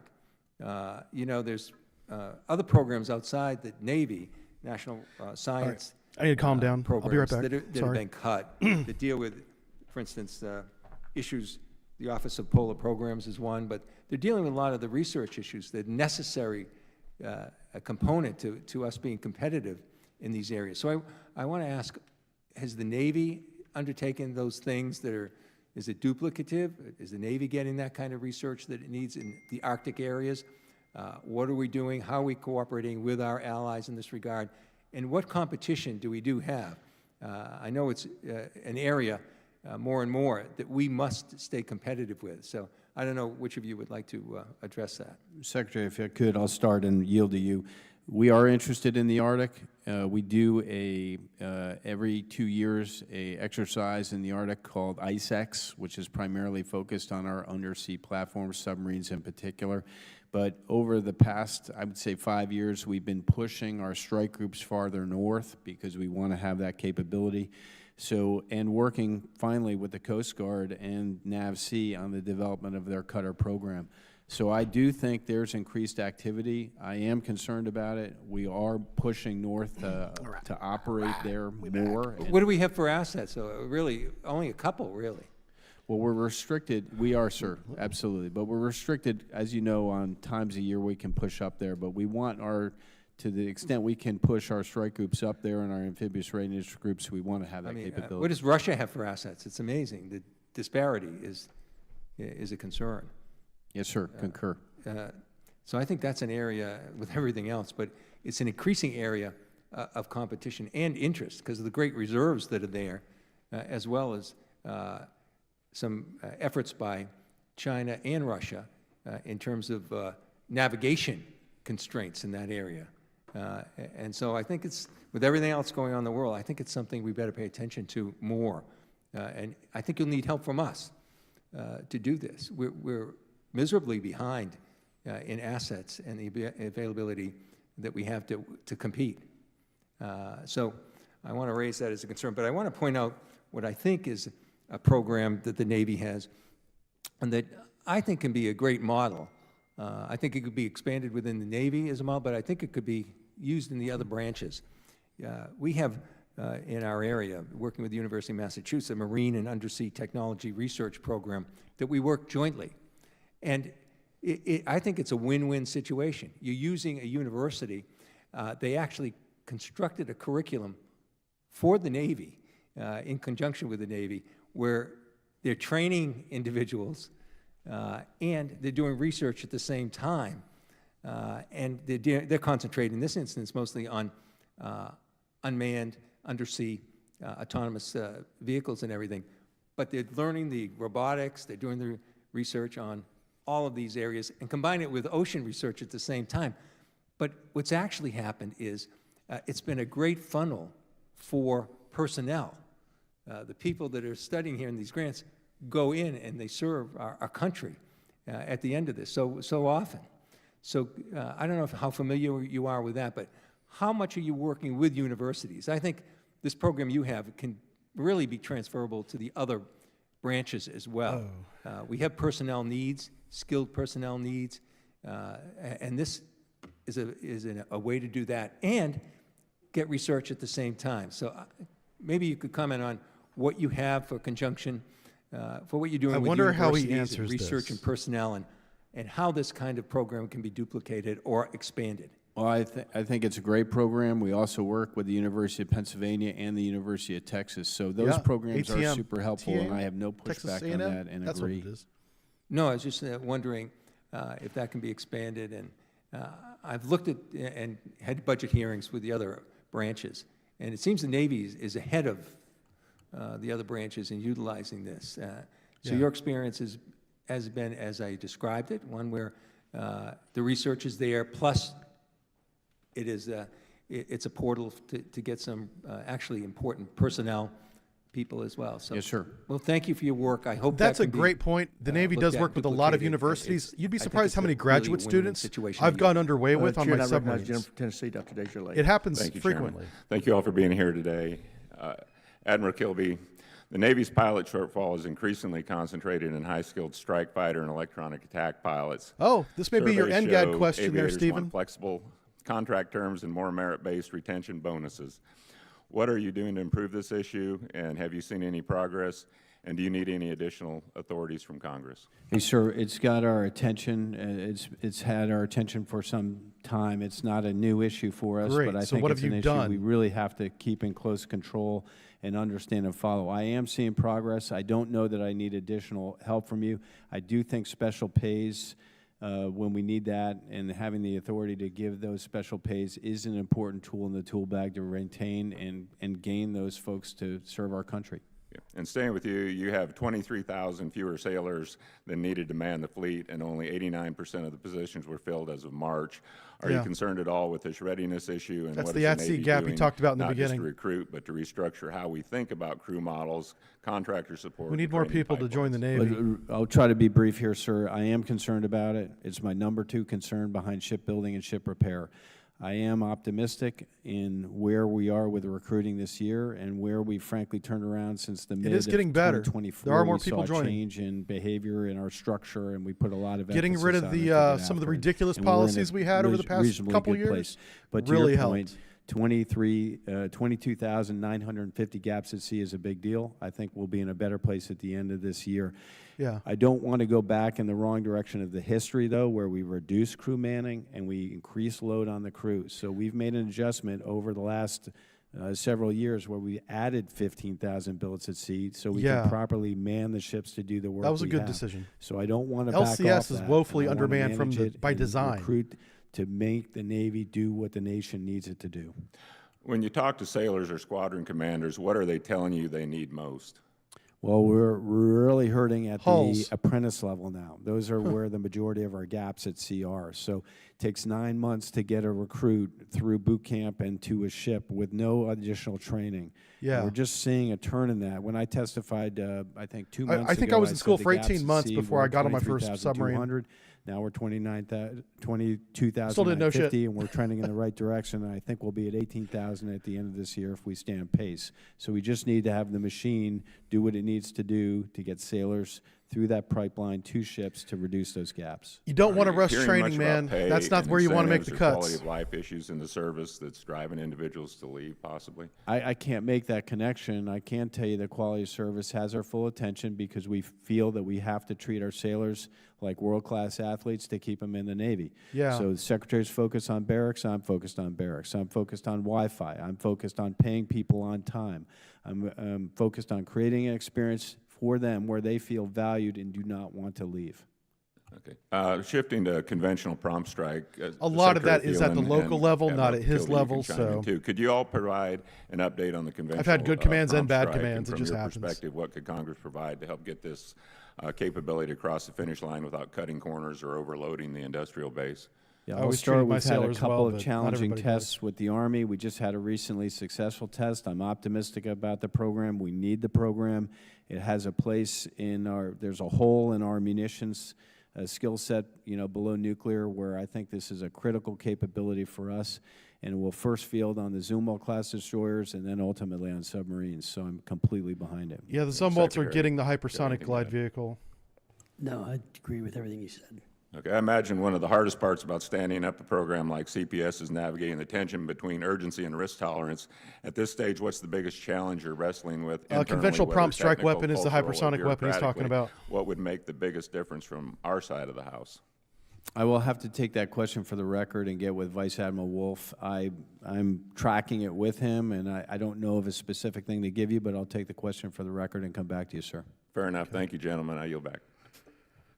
Chair, now recognize the gentlelady from Pennsylvania, Ms. Houlihan. Pennsylvania. Who we got from Thank you, Pennsylvania? Mr. Chair, and thank you very much for your testimony, gentlemen. I'm going to pull a little bit on Representative Moulton's line of questioning, which regarded sort of the balance between lethality as defined by physicality and lethality as defined by modern warfare and modern technology. We all recognize, and I've been supportive of the fact that physical endurance and combat readiness are foundational to the military, and that people should adhere to the standards that we have formed for them, regardless of who they are. Today's battlefield, however, increasingly requires new forms of expertise that Mr. Moulton mentioned a few of, including cyber operations and drone piloting and advanced data analysis. So the traditional view of lethality has certainly evolved, that traditional view of being physical strength and kinetic capability has to expand, in my opinion, to include technological proficiency and cognitive dominance as well. So in this conversation that we've collectively been having about the importance of lethality, Arrow, yes, which they can. again I That's true. support The answer to your wholeheartedly, question. how would you think, or do you think, about the evolution of the definition of lethality is for the individual troop? And can you please define what you think modern lethality This is? is an oddball question. I didn't expect this And at I'll a ask budget General hearing. Smith to talk about that first. How do you define Yes, lethality, ma'am. Admiral? Thanks for that question. So every Marine is a Or rifleman. General, sorry. So when it comes down to it, it ultimately comes down to one Marine versus an adversary. After all the drones are expended, after all the artillery rounds are fired and all the ordnance is expended off of our aircraft, it comes down to one rifleman looking down the rifle sights at another rifleman. And that is who we are as a Marine Corps. That's fundamental to who we are. I So absolutely even love now, that about the in Marines. a modern warfare environment where we're talking In the about end, they were drones fighters. on drones, you would boil it down to the rifle. I would, ma'am. Every Marine is a rifleman. That's our ethos. It's fundamental to who we are. It doesn't mean that we don't prioritize drones, because we used to shoot a few thousand meters. Now we're shooting tens of thousands. Understood, Yeah. understood. But it's an ethos. And so as long as that person is capable of being an effective rifle person, you believe that they are lethal. They are. As long as they can hit their target at 500 meters with iron sights, yes, ma'am. Thank you. Admiral, any comments on what modern lethality is defined Yes, as? ma'am, thanks for the question. A couple things, a little bit different. The Navy is a little bit different than Marine Corps in this regard. We're a highly technical service where sailors are trained to do specific things. So I'd say at a base level, just like the Marine Corps, we want to optimize human performance. That means sleep, understanding where they're at, care for them, all that, 3 bags full. We need to do even better at that as far as making sure leaders are engaged with their troops and understand where they are from a wellness perspective. So I'm all over that. Break. The next piece is that all those individual sailors are trained, current, and proficient in their task. That task can be many things. I could be shooting a Tomahawk. I could be defending the ship with a Standard missile. I could be a quartermaster taking a fix. I could be a CS preparing meals. Optimizing their performance in that regard is what I consider lethality. Yeah, This I ship is the 100% ultimate agree. team. You know, the person, when Everyone I was has their active role. duty, my job was to make sure I helped design what amounts to Iron Dome at this point in time. And I was lethal because I was able to be effective in doing that job. And so we each have a different job. And what I would argue lethality is, as much as anything, is making sure that we are optimized as a force, that we are individually doing the thing that we were tasked to do. And I think that's one of the places where we get ourselves caught up on the physicality of things is not always what makes us the most lethal as a body and as a force. I'm going to move on in what remains of my questions. The last question that I have for you has to do with barracks. I'm on the military personnel subcommittee. The barracks have the always ranking been bad. member, They need and to get also was better. the ranking member on the Quality of Life Committee. You talked appropriately about the importance of your barracks initiative. The Army, unfortunately, has diverted $1 billion of resources that were supposed to be allocated for barracks to the southern border. Would you please commit to me wow. that I you didn't are know not that. planning on doing that with any of the moves that you are doing not to the good. Los Angeles area with your Marines? Oh, Yes, ma'am. I'm committed to improving Topical. the quality of life of our Marines. I'm committed to spending every dollar that's appropriated to us for the purpose for which it was appropriated, and that includes Barracks 2030, which is our most consequential barracks investment in our history. Thank you. And since I have 20 seconds left, can you tell me what happened with the airplanes falling off the ships and whether or not heads rolled as a result? Ma'am, there are 4 investigations ongoing on the Truman Strike Group right now. None of those are released. I'm committed to letting that process happen and conducting actions as appropriate and then Okay. reporting back to the committee. when great those are update. complete. Thank you. I Okay, appreciate we haven't that. I forgot yield about that. We lost 2 F-18s. Chair now recognizes Shot the one gentleman from down. Nebraska, General Bacon. Thank you 2 to all fell three of you off, being one here. shot Thank you shot for your down. leadership. I appreciate you being here today. My first you know our question is missiles work. to General or Admiral Kirby and General Smith. What is the #1 capability that you're lacking right now for a fight with China, which is our pacing threat? Oh my God, hulls. What's the gaps that Hulls this in the committee water. here can help fill? Ships. Admiral Kirby. I'd say munitions are the thing that in the top three that bother me, ship That's repair fair. and shipbuilding, those Yeah. are things that Secretary and I are after to improve. We don't I have know enough that I need missiles more help for from you in that regard. all the assets Recruiting that and China has. manning, that's the second thing. I think we're on pace to do that. I don't think I can get more help from you. But munitions, we have to turn the tide here if we're going to be in protraction. So preferred munition production, as well as second-tier and third-tier vendors Dumb that may bombs. be able to compete in that space that we haven't been open to in the past. I think we ought to be open to that consideration and get help from you if needed to do so. I think that's good insight because we see in Ukraine, they're burning munitions faster than Yeah. anybody can build them. General Much Smith. faster than we Yeah, I estimated. would concur with my shipmate Admiral Kilby. Munitions are key, and for us, mobility is key. You know, we have to get to the fight, we have to be able to maneuver in the fight, and we have to be able to strike at range. So advanced long-range weapon systems are key to us. Thank you.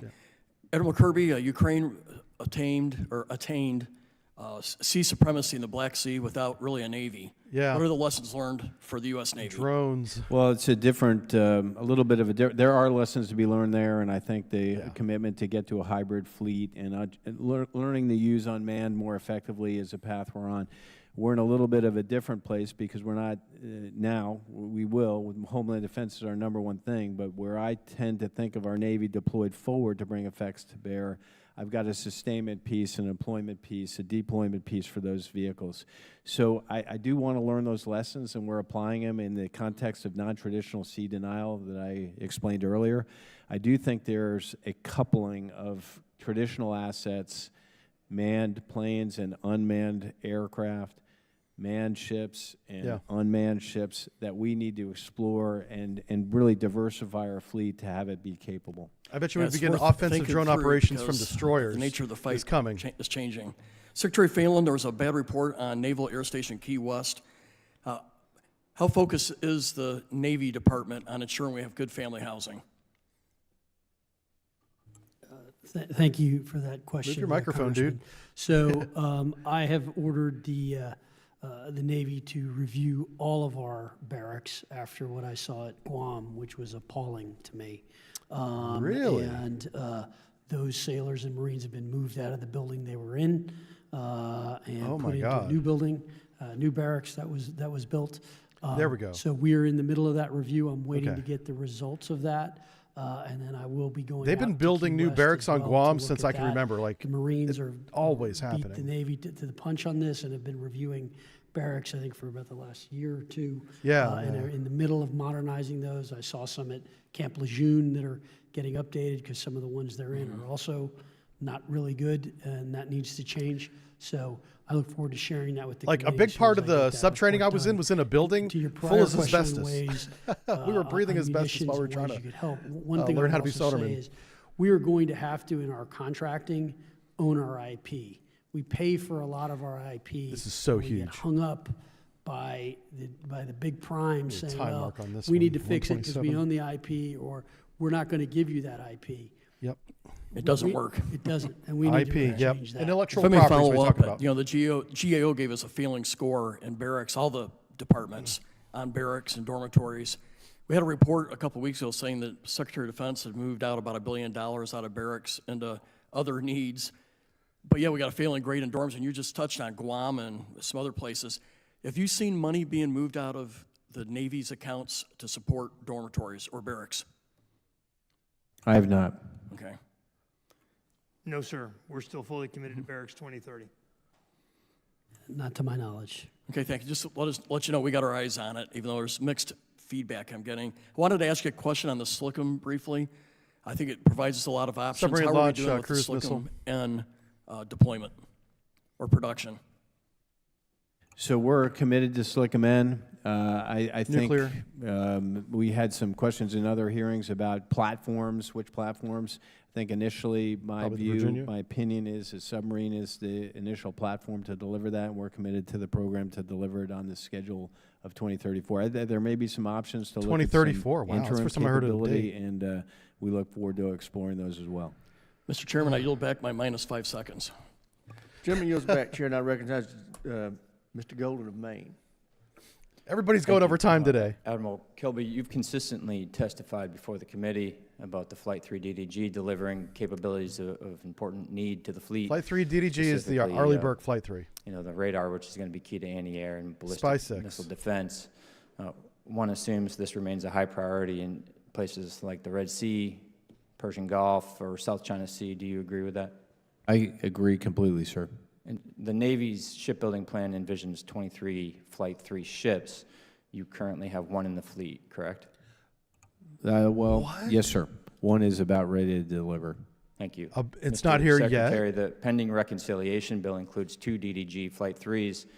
Congressional intent was pretty clear that these would result in a 3-ship cadence in FY26 and FY27. I'm now hearing behind the scenes that the plan that we don't have yet, complete plan from you, is going to goose egg the DDG program in your request for FY26.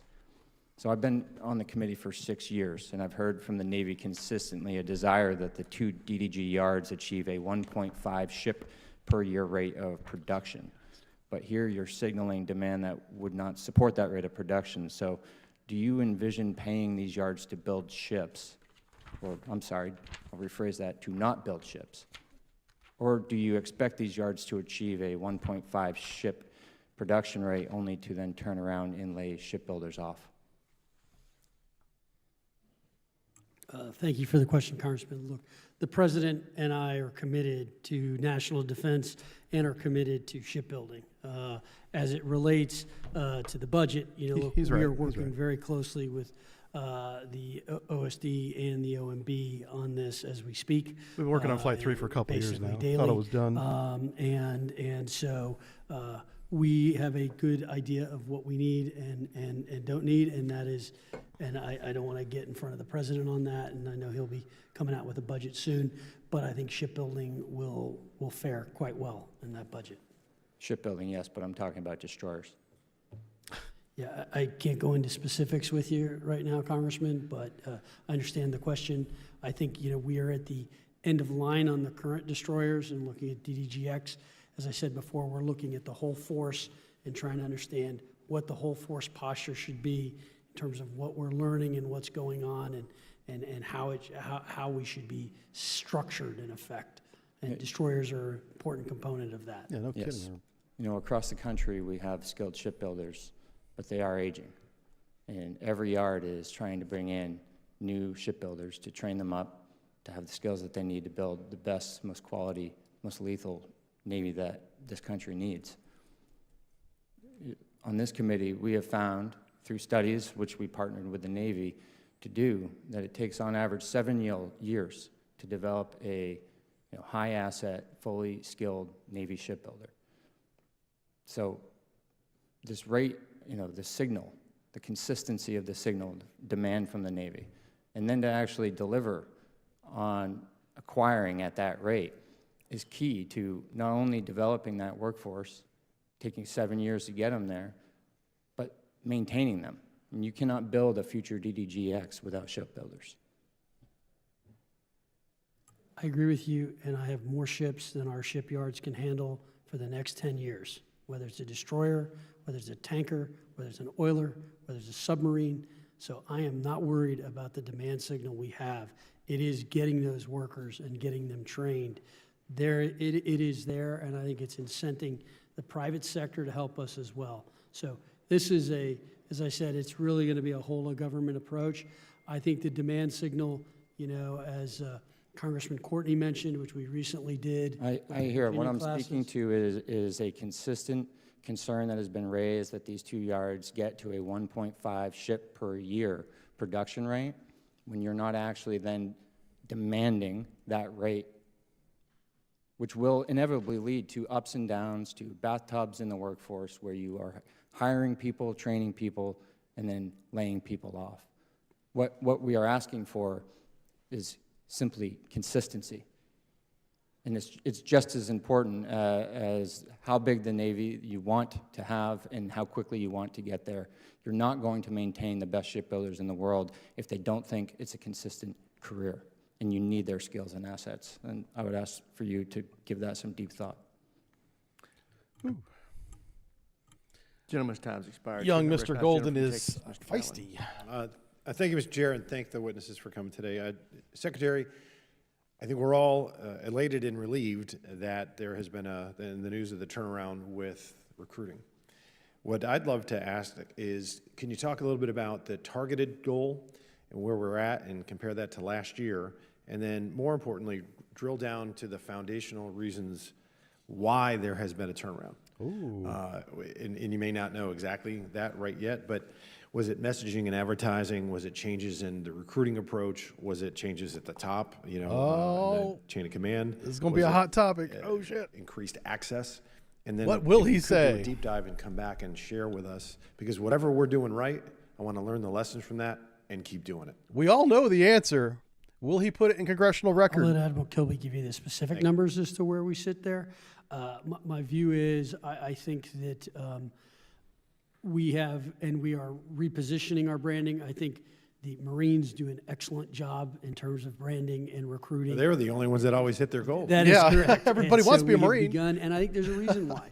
They put some And it's of not their easy. best, Yeah, you best can't just be a officers Marine. in You gotta- recruiting you jobs. gotta So fucking prove it. They've made it a priority and made it important. That is something we are looking to do with the Navy. I as don't think well, I could do it. Which is prioritizing recruiting, making it more important. So I joined the Navy. saying this is critical. I think one of the reasons we've gotten the bump, to be honest, is I think the president's election definitely brought a pop, and we've seen a pop in the numbers. And I think that I can't take you through that math. Sure, but I'd just like to have a deep dive to know, because I want to begin in doubts and end uncertainties. Whatever the reasons for the recruiting, the success, we just need to keep doing it, or make Keep us aware of doing it in the public as well. Admiral? Yeah, we'll generate a report and send it to you, sir. I do think it is a large number of factors, and I welcome all of them to do what we need to do to bring the folks in the Navy. We did have a change in leadership. We elevated the position of the recruiting command commander. We changed our daily and visual management to look at it every day. We took away monthly goals and said, just bring in everyone you can. We were more thoughtful about medical waivers. We were being very conservative to not bring someone in who might have a problem, and we made a judgment call based on that desire So to they serve raised and they fact raised that the we could take care of requirement, that but sales. lowered So I or think got there's a rid of ton the things monthly that happen there. goal. I'm focused on it every day. That's interesting. not I didn't every know that. month. Great, because it was all hands on deck, and that's what we needed. So it's harder to get in, Weapon systems, we don't have human but they'll beings take operating anyone, them. allow anyone to try. And on I like that that. note, Admiral, is there any specific shortfalls as far as in, let's say, cyber medical subs that you're still experiencing? Yeah, there are some areas we're challenged on. Medical people is a challenge for us. There's a few other areas. I think we're actually in a pretty good shape for nuclear sailors to come in, both That's officer amazing. and enlisted. You That's got to an be area we've really been smart to be a challenged nuke, before. man. So Seriously I smart. can get back to you on the specifics. Could you, and how about with cyber? How are we doing with cyber? Cyber, from a recruitment or a training perspective, sir? Both. Okay, for recruitment, I think we're okay. It's an exciting mission, and people feel fulfilled when they come to it. Yeah. Meeting the demands of the cyber comm as far as training offensive and defensive teams, we're good defense. We got some work to do on offense. Awesome. Okay. Thank you. In general, I wanted to talk to you about. It's clear that Offensive the cyber is so biggest threat important. We have is, And we're not good at it.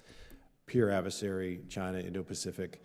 And, Well, when I look at take that back. Okinawa, We're not as we good have as we should be. 19,000 Marines in Okinawa, and then there's a plan in place, and that's commencing that to reduce that to 10. And it would make sense to me, considering sitting on this committee and also on the Intel committee, to do everything we can to keep those Marines on Okinawa, and not only not be decreasing the number, but increasing that number, considering the threat. Need to That's put more there. Marines You on think about Guam. and talk about Taiwan. Have two So I expeditionary wanted to hear your thoughts on that. and commands what out can there. we do? I, in general, would love to have a meeting and do whatever we can do on this committee, being the chair, the subcommittee chair on military personnel. Philippines. To help mitigate whatever political things we'd have to talk about with our Japanese allies and partners. But I wanted to hear your thoughts. Well, Congressman, what I would say is President Trump and Prime Minister Shiba confirmed the vital importance of the steady implementation of the realignment of U.S. forces in Japan at their February summit. Okay. I agree with Admiral Paparo that currently Marine Corps forces in the First Island chain are optimized, and that my best military advice is that any change to that optimized laydown increases risk. Okay, that's so again, we are currently optimized as we stand now, and any change to that optimization increases risk to the O-plans and increases risk to the combatant commander. Gentleman's time's expired, Chair, and I recognize the gentlelady from California, Ms. Jacobs. California. Thank you, Mr. Chairman, and Admiral Kirby, General Smith, Secretary Phelan, thank you for being here. I represent San Diego, so I look forward San to Diego. this hearing Big every Navy year. base there. Obviously, the Marines and Navy are integral And to Marine my base, community, of and I course. wish that I was able to spend my 5 minutes asking you about childcare and housing and shipbuilding and how we could make our Navy and Marine Corps everything we need for the war of the future. you, But unfortunately, because of President Trump's deployment of 700 active duty Marines into Los Angeles Here over we the go. objections of local officials, I will be asking about that instead. So, Okay. General Smith, first, I'd like to ask you about training. I know it's never standard practice to train Marines in crowd control and non-lethal engagement. That's I've spoken to wrong. folks, at OneMeth, I saw your testimony yesterday for the Senate Armed Services Committee, in which you said that all 700 Marines currently deployed to Los Angeles have received training or are currently being trained in de-escalation, crowd control, and less than lethal Yeah. means. I was in the Navy. I got crowd control I training. received a response to a request for information from the Marines yesterday that said that only a portion of the battalion has completed this training and the remainder will be fully trained shortly. Will any Marine be allowed near civilians in Los Angeles before completing the full course of this training? What the fuck? No, Who is ma'am. this lady? Excellent. Good to hear. Precisely how many hours of formal instruction has each Marine already received on crowd control and less than lethal tactics? Oh, please They've take your time. received with 4 this. days worth of training.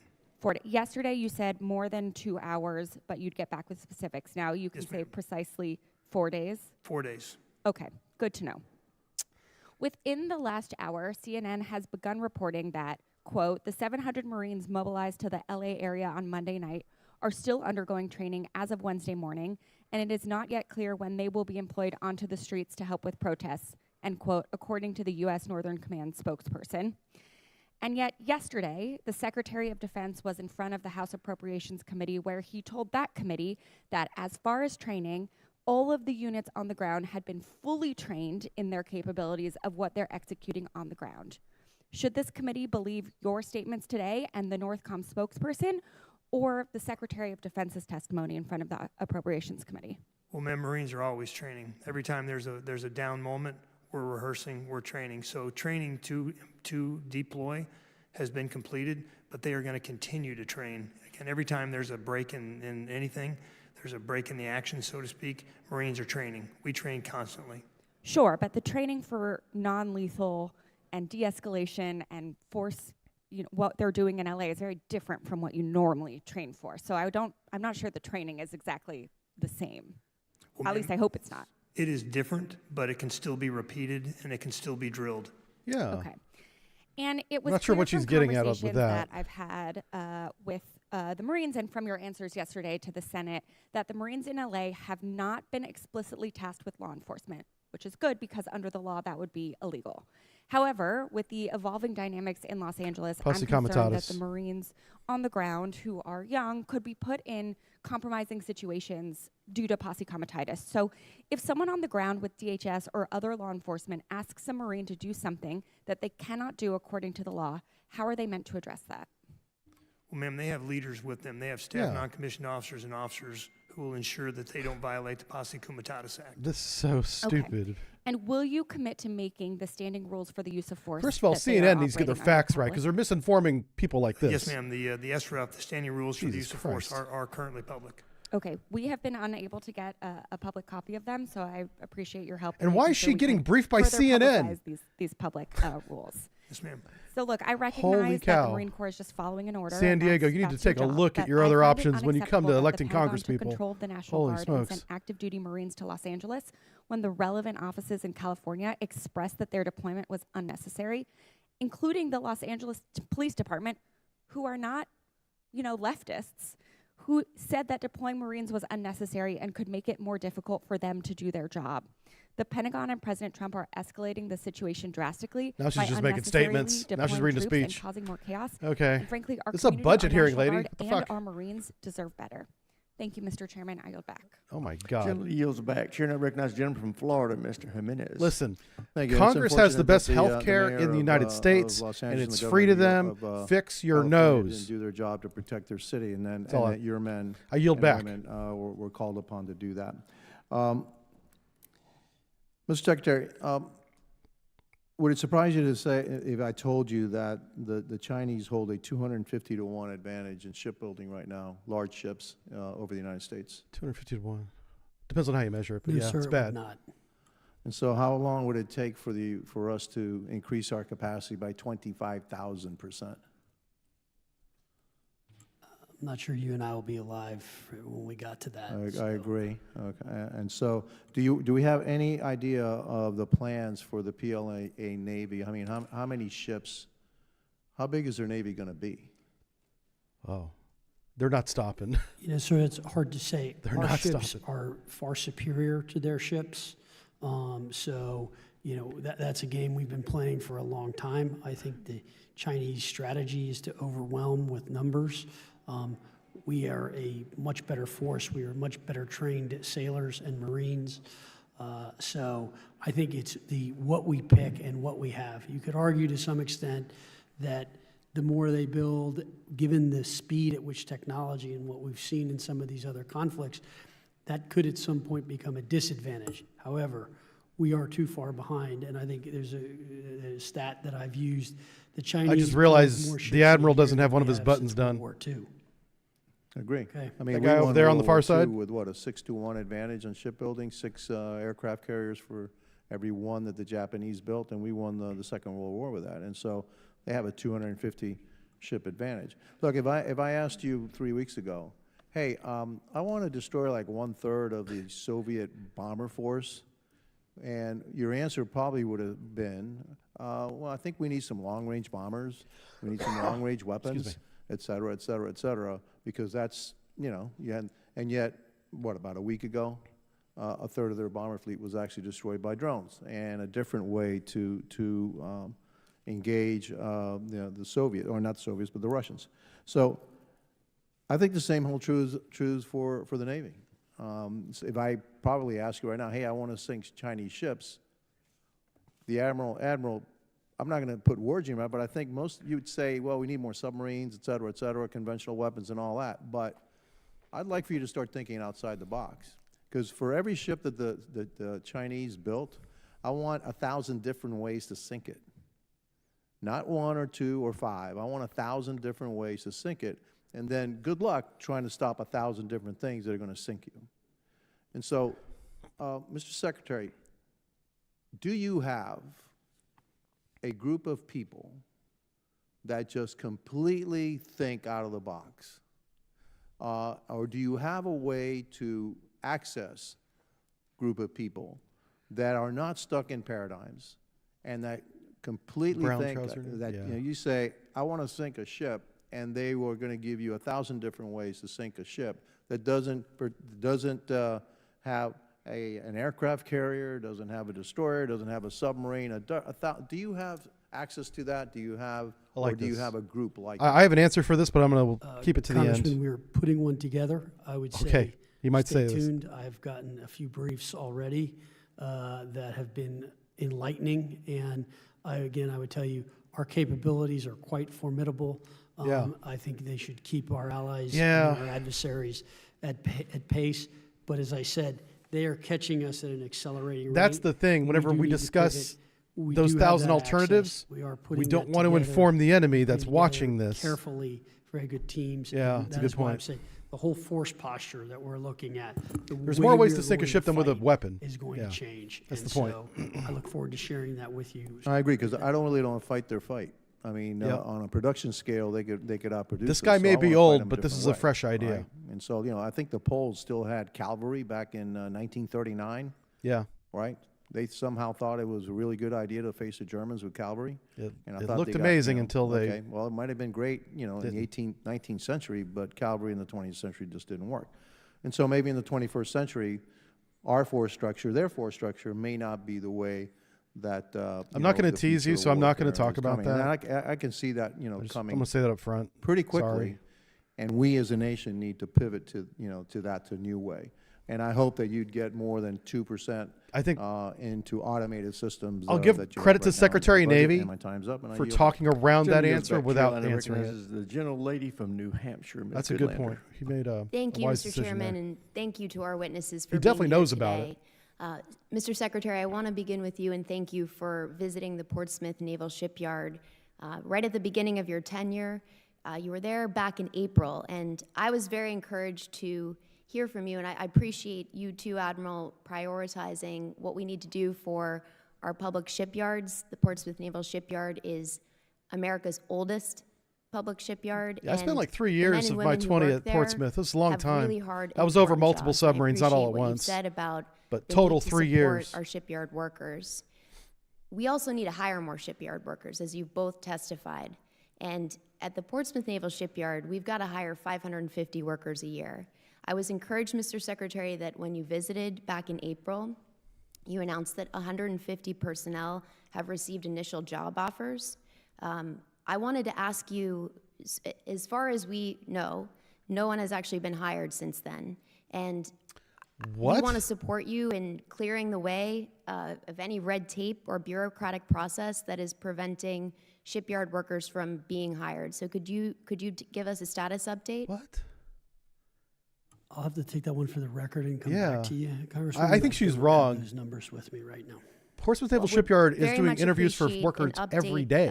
On the status, and we'll submit questions that go directly to any bureaucratic hurdles Yeah. that you're facing. This is kind of out of left field. At OMB or OPM. If you want a job, just I- go to I the also shipyard just main want gate to point and out what you've you'll said find about work. supporting our workers is really important. They're facing a real attack because of the president's executive order that seeks to really strip away fundamental That's what she's. rights This is a of political our, thing. of God our damn it! unionized shipyard workers. She's just and federal wrong. I'm employees sorry, across guys. The board. She's not correct. One of my real concerns about HR 1, the GOP budget bill, is the elimination of the federal employee retirement system, the FERS annuity supplement, which is really so critical to helping federal employees who retire before the age of 62. It's bad policy, and it's hurting our shipyard workers and really federal workers across the board. And I want to just point that out. She's sort of talking about the Mr. Doge Secretary, I cuts want a to little thank bit. you for what you've committed to doing with respect to the audit. Doge This is adjacent. incredibly important. I will submit questions to you about what specific barriers you face in achieving a clean audit, which is so essential to public trust and to any functioning organization. And I also want to thank you for your commitment to the right to repair and for your candor in assessing the situation as it is, that this is just simply nonsense and an outrage that we can't fix our own equipment. And I Right. look At forward to sea hearing without what steps you're contractors, yeah. concretely taking to ensure. I'm so glad that we finally is fix getting the way that we do contracts, congressional and review we and changing. empower the Navy to repair its own and maintain its own equipment. General, I want to pick up on my colleague's line of questioning and ask you, and Mr. Chairman, I'd like to submit to the record an article from the Associated Press yesterday entitled "Pentagon Draws Up Rules on Possible Use of Force by Marines Deployed Okay. to LA Protests." Without objections, ordered. Thank you. General, can you please clarify what rules, the President's executive order do not specify what rules apply to any Marines who have been deployed to Los Angeles or who will Recite be lethal deployed force to her. domestically in the future? What rules apply and when were those Please rules oh written? my Because God. according Everybody's to this required to article, memorize this. Quote, the Pentagon was scrambling just this week on Monday to establish rules to guide U.S. Marines who could be faced with the rare and difficult prospect of using force against citizens on American soil. And we're using the standing rules for the use of force, or SRUF. These rules emphasize de-escalation, use of non-lethal force, and the inherent right of self-defense for Yep. Marines and others.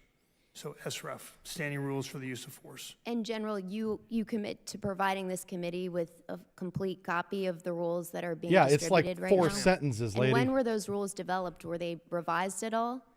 I don't believe they were revised, ma'am. So This it's is always so been good. clear She doesn't know what from she's your talking about. perspective what rules apply, and it's the rules you just mentioned. Yes, ma'am. These are rules that we would use. They've been around in for any number of ages. situations. Marines have training in crowd control Yeah. And they have these rules. Right. For embassy reinforcement, they have these rules for non-lethal situations. Right. And they're trained to them. Thank you, General. And the 4 days of training, who is responsible for this training and where is it being conducted? Ma'am, I am responsible for it, and the local commanders are responsible for it. It's being conducted at home station. Genlady's Or they're time's deployed. expired. Should I recognize the gentlady from South Carolina? She's a dum-dum. Thank you, Mr. Well, Chairman. she's and also thank you not for in the our military, witnesses so she for doesn't appearing know. before us today. But South her staff Carolina's needs to low brief her country has a before she long embarrasses history as a herself. maritime hub and commercial shipping channel, and it continues That's to play on her a staff critical for not role in knowing sustaining that. our Navy's mission, supporting ship repair, logistics, and a skilled maritime workforce. Beaufort That might make County it is onto home to YouTube, folks, Parris because Island and the Marine she's Corps an idiot. Air Station Beaufort. We're enormously proud that we make Marines.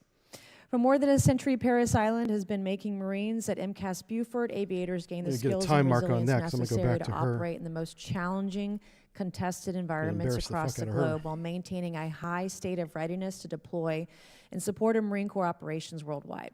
Today, I look forward to discussing how we can build upon this strong foundation with sustained investment in infrastructure, expanded training capacities, and integration of cutting-edge technologies. The Low Country has the potential to play an even greater role in our national defense. So, General Smith, I have a few questions for you. I'll start with you this morning. Okay, there we go. The Marine Corps is undergoing one of the most significant transformations in its history as we modernize for the future of conflict. We must ensure the Corps' training continues to produce the most lethal force in the world. So, General Smith, are the key tenets of force design reshaping the Marine Corps view on the recruit training taking place at Parris Island? Yes, ma'am. Our recruit training hasn't changed. And what role will basic training play in building Marines capable of contested environment operations? Ma'am, basic training is designed to produce a basically trained Marine who will then go on to his or her specialty. So again, our basic training, even though we're doing force design, our basic training Yeah. remains unchanged. It's in the It is the yeah. standard by which we train a Marine. They come out And as a Marine. Are we using rifleman. Parris Island currently to train for advanced small unit amphibious tactics? Ma'am, we are not. Okay, are there any plans to? That's not the point. Is this a feasible location, I guess, for this kind of training? Would it be a feasible location?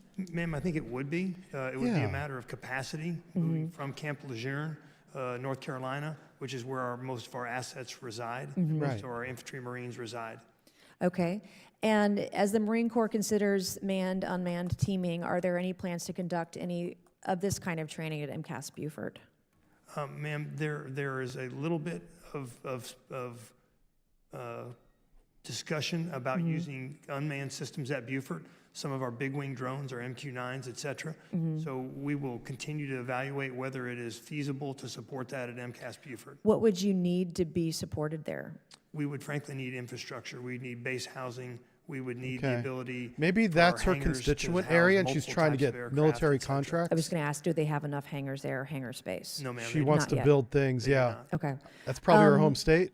How is the Marine Corps leveraging virtual training to prepare aviators for real-world conditions? Ma'am, I just was down at Pensacola. Mm-hmm. In fact, we are leveraging it such that an individual student can go into use goggles and use a virtual T-38 and train themselves, basically. They've got original training, but they can repeat and they can practice as many times as they want to accelerate their syllabus.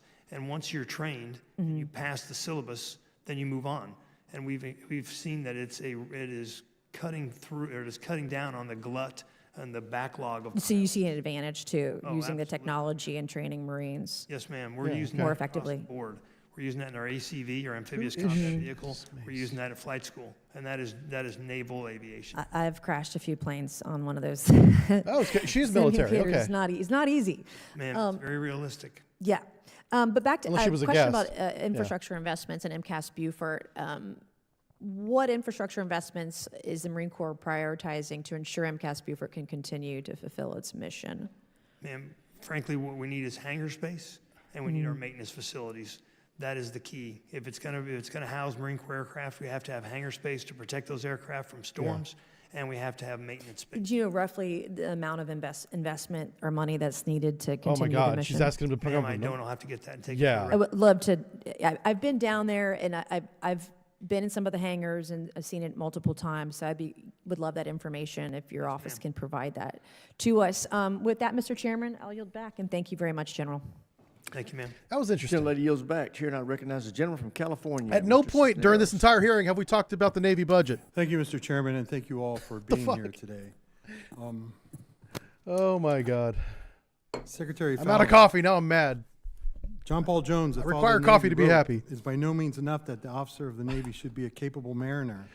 He must be of that course, but also a great deal more. He should also be as well a gentleman of liberal education, refined manners, punctuous courtesy, and the nicest sense of personal honor."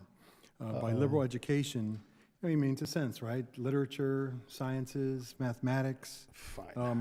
It's even inscribed on the walls at the Naval Academy. But yet, the Navy's removed 400 books from the Naval Academy. They've This is what we've stopped, devolved to. groups of students that would come together to study High for each noon other, that Wednesday focus day on drinking, engineering folks. and other things. How are we living up to this motto here if we're removing books? Do we not want our officers to be well read? I'm really sorry you guys have to listen to this part. I'm hoping it gets better, Thank but this you is for the, ridiculous. question.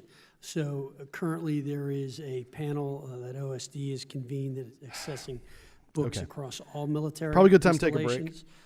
I'll keep it going. I'll be right So I back. defer This is on this more topic coffee. to them. Happy Aaron makes more coffee.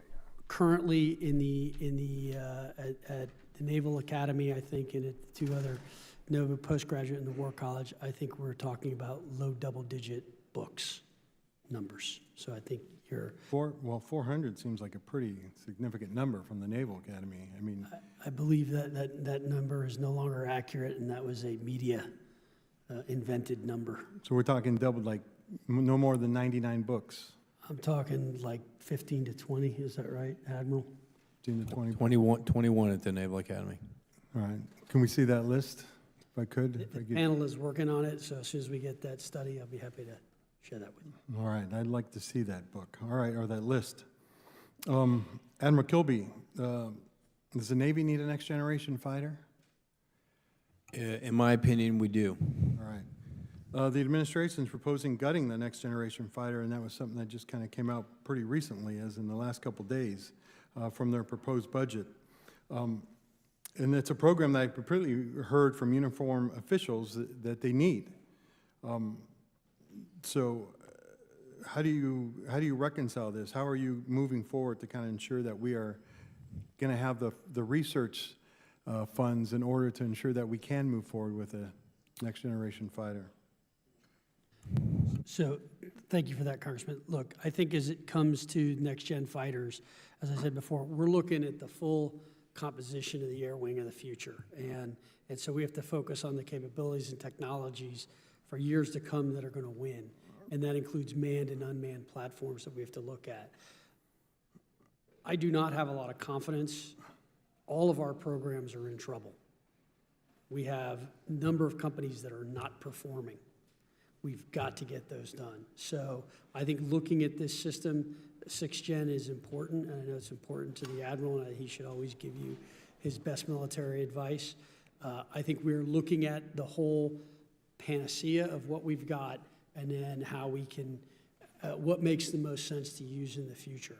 And so I think we have to get more confidence in the base. This is a system that, you know, as I said in my opening statement about readiness, readiness means like ready, like today and then in the future. And how is that future changing, and how do we think about that? And so we're looking at it, evaluating it, and trying to make sure that we're not back here in 2 years saying, we told you it was going to cost X, it's actually going to be X plus 50, and by the way, it's going to be late. So that's really what we're trying to do. No, look, I think the Navy has a bigger challenge than anybody else with the high expensive cost of the items, right? Everything from ships to fighters to the missiles and everything that they need, the weapons. And trying to balance that all is definitely a challenge. But we need to ensure, right, that we continue to move forward, as you said, right? Readiness today, but also to develop for the future. And that is something that I am willing to work with you there.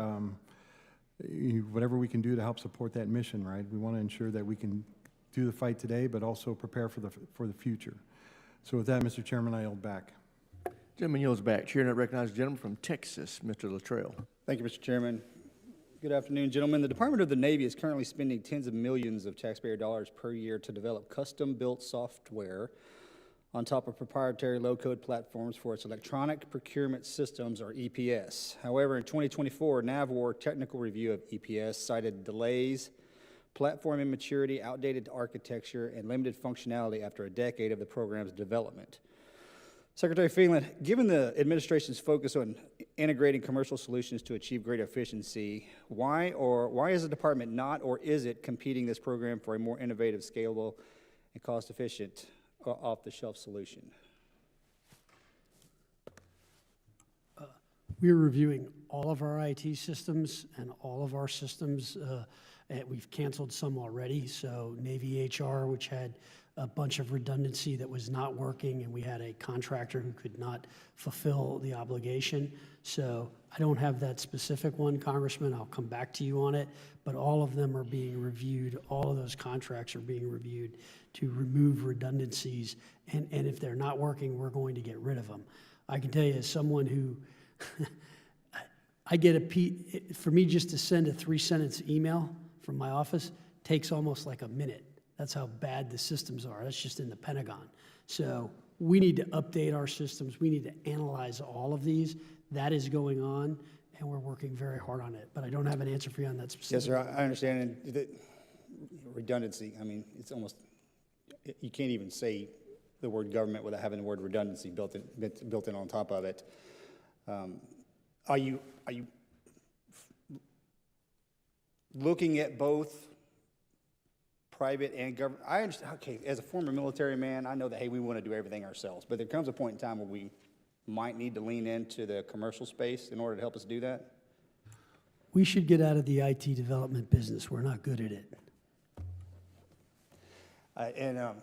General Smith, you made an extremely valid point earlier when you were talking about drone technology and how your Marines are developing their own drones, because there's no more efficient and effective killer than the ones that are being shot at, and we are amazing at what we do. And Mr. Admiral Kilby, you got Naval Special Warfare inside of you doing the exact same thing. And the issue is we have outside entities trying to come into our organization to help, and we have an inside organization trying to get permissions to do what we do best. The chairman and the ranking member are doing the SPEED Act, and that's trying to clear the muddy water. I think the point that I'm trying to make is you've heard the leadership, they're leaning on you for those ideas. Because we're on this side more or less looking in to the operators, okay? Don't hesitate to ask and tell us what you need, okay? Because we're eyes wide open and the ears as well. With health and wellness inside our communities, you listed off your 3 priorities, both of you did, and I don't necessarily agree with the order, because I would put my sailors up top and I would put my Marines up top, be the first words out of my mouth. And I know we're focused in on that. And General Smith, I've got a fine young Marine that works in my office, and he speaks very highly of you. And that says a lot. And he says you're focusing in on your troops, which is amazing. Mr. Luttrell.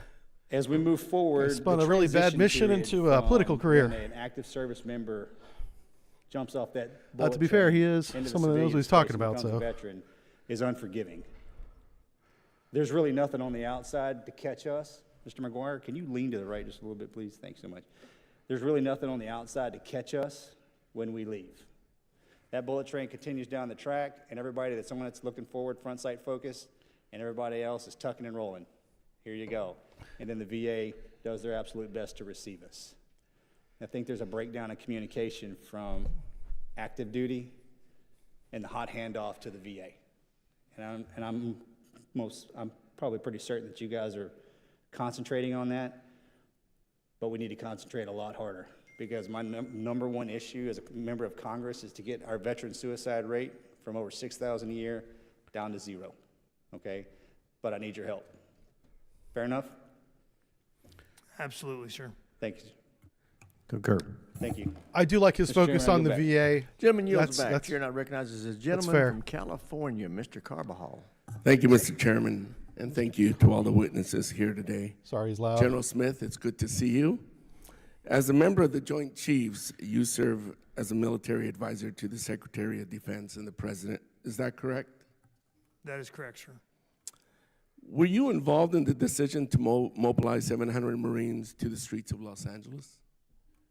Mr. Secretary or Congressman, I was not involved in the decision to mobilize, but I was involved in the decision of who to mobilize. Thank you. Were these Marines that were deployed adequately trained to deal with these domestic events? They have been trained before they deployed, yes, sir. How long were they trained for? They were trained for multiple hours, Hours? Give me days? Well, I would say over the course of a couple of days, they received multiple hours worth of training. Is that adequate training? That is, sir.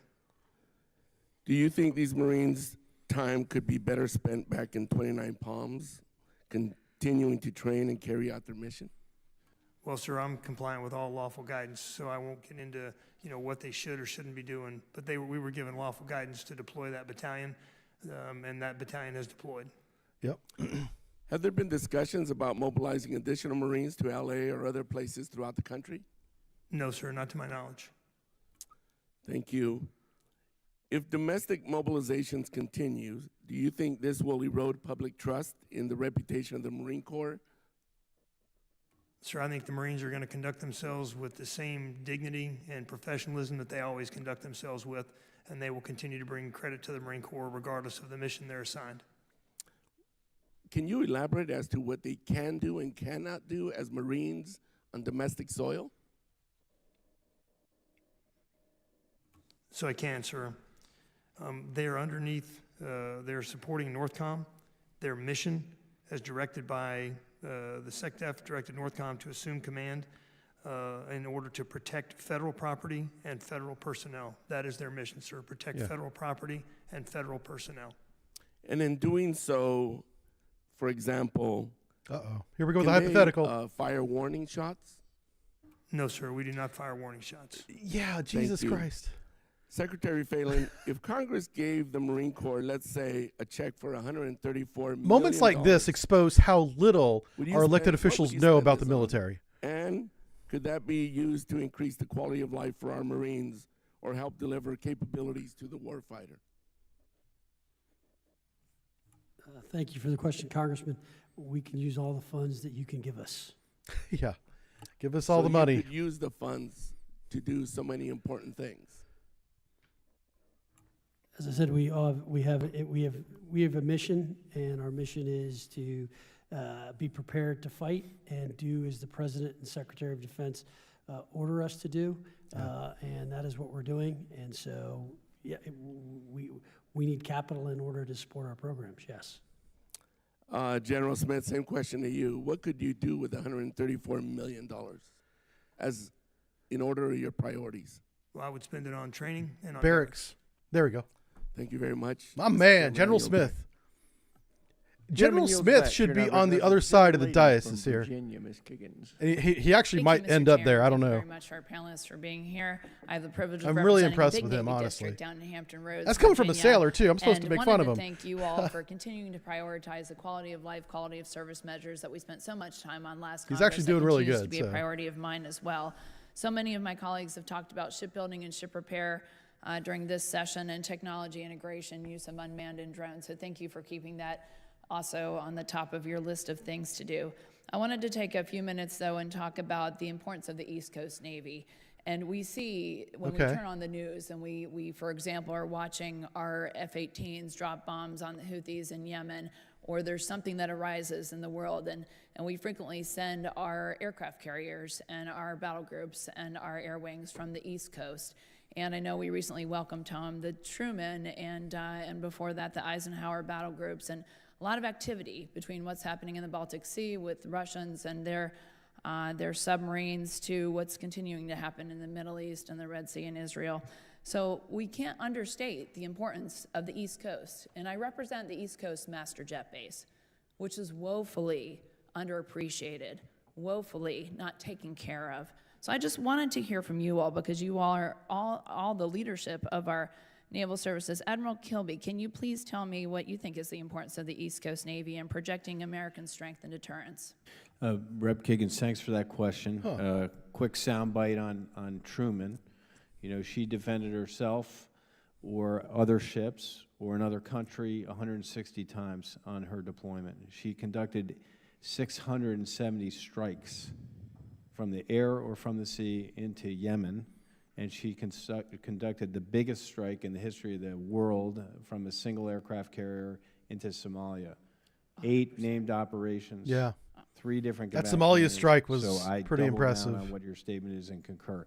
And Master Jet Base Oceana is a big portion of that, in addition to all the infrastructure at Hampton Roads, which is really all services, but primarily Navy, between the Navy base and Oceana. Our aircraft carriers, just to echo that, continue to be tip of the spear. We can get America's might there in a matter of days. There's nothing that can replace that. And do you think that the East Coast Master Jet Base then needs F-35s and needs our next generation of strike fighter? I think it needs to keep up with the Navy just like the West Coast in all respects, and I think it needs to be maintained.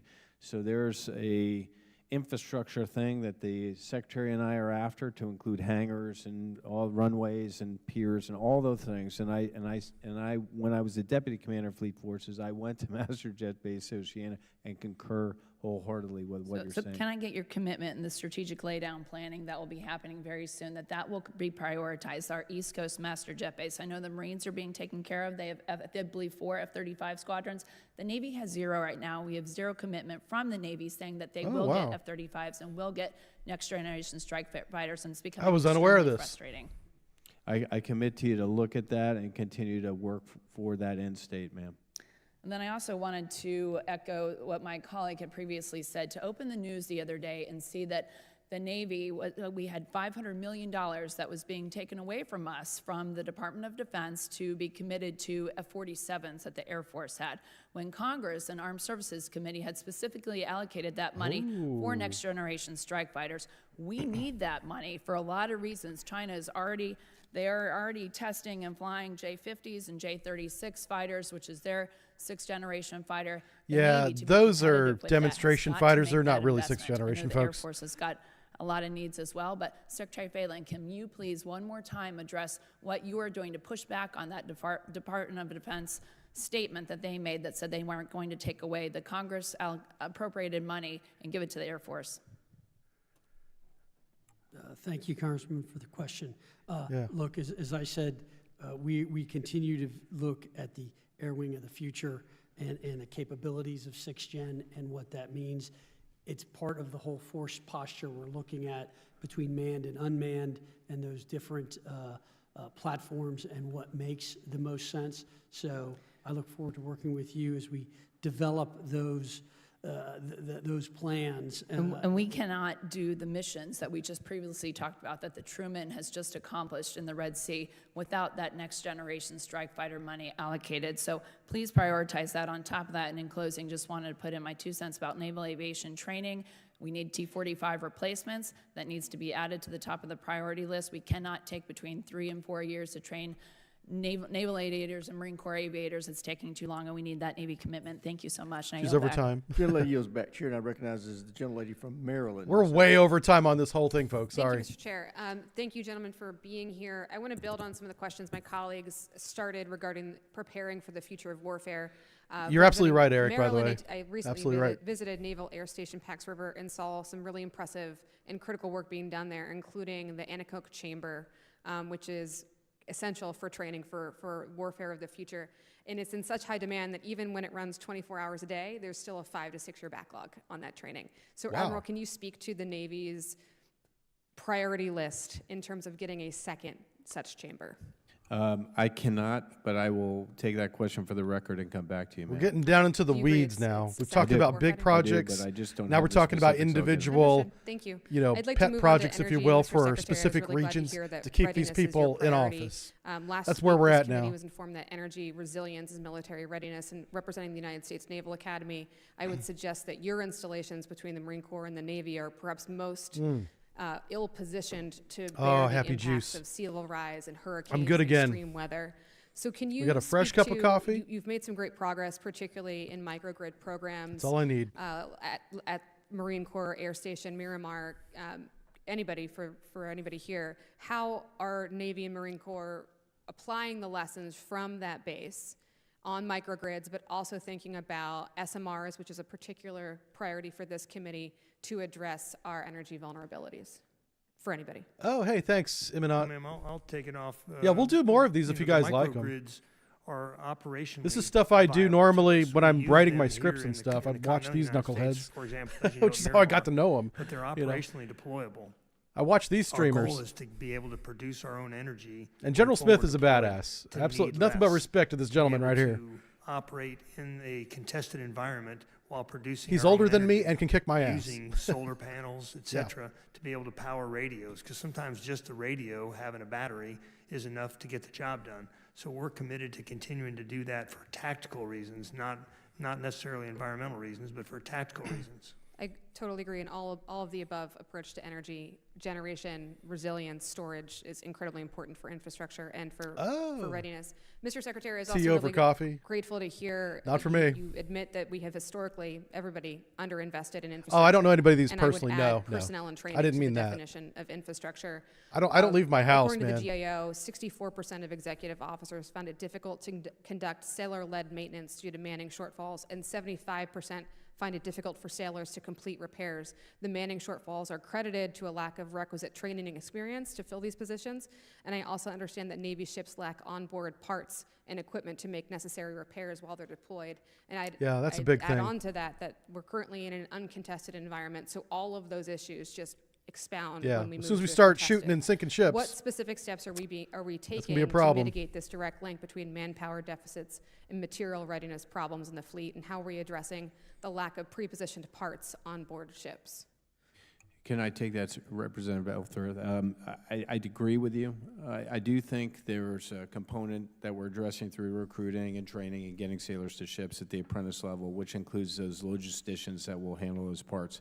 There's also a commitment from me to fund our repair parts to where they need to be. And thirdly, I think there's an opportunity to really pressurize our that's jumping true, into yeah. this additive manufacturing space. He's filled up his whole a little chest. bit more He has to wear aggressively the than we have, sash. and I'm working on that. He has to get one of with those the North Chief of Korean the Supply sashes where they Corps, hang the and medals have on just that. asked each community leader to give me their top 10 degraders to see if we can't make that equal with the first choice instead of the last choice. So we have. They're talking we have about work to parts, do which here. is very important. I love but that approach. I look forward to seeing on, that. on top of that, what we're using now in the Navy full is budget the whenever we do AI get it. I think is this is a good predicting when parts will opportunity to double fail down on the a chairman's little more comments accurately about than this what being we the used to latest we've ever estimate, a lot more received. accurately. We still don't have a budget, so it's And so difficult for us we to can do our actually anticipate something failing and replacing it constitutionally before it mandated job of happens, which is oversight really in this big. environment. It's huge. And Admiral, I couldn't agree with you more. This is a moment in time where we have a bipartisan, once-in-a-generation commitment to shipbuilding, yet I'm not seeing that reflected in the president's skinny budget. And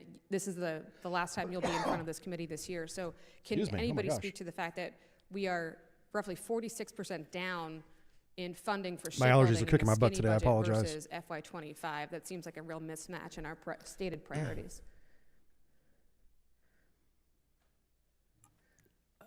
I think, look. There wasn't a as I question, said, so nobody knows what to say. Earlier, we continue to work with OSD and OMB on the budget and through the numbers, and I think that we are pushing very hard, and I believe. Let's see. it Navy will needs show a 12-foot commitment tall to 3D printing machine. shipbuilding Yeah. and a signal to the industry that. I we wish are there taking were it an seriously. easy I look fix forward to to the that full Navy's budget. Thank problems. you. There simply isn't. But thank God both sides As of I mentioned earlier, this dais, this I group know it's not your recognize fault.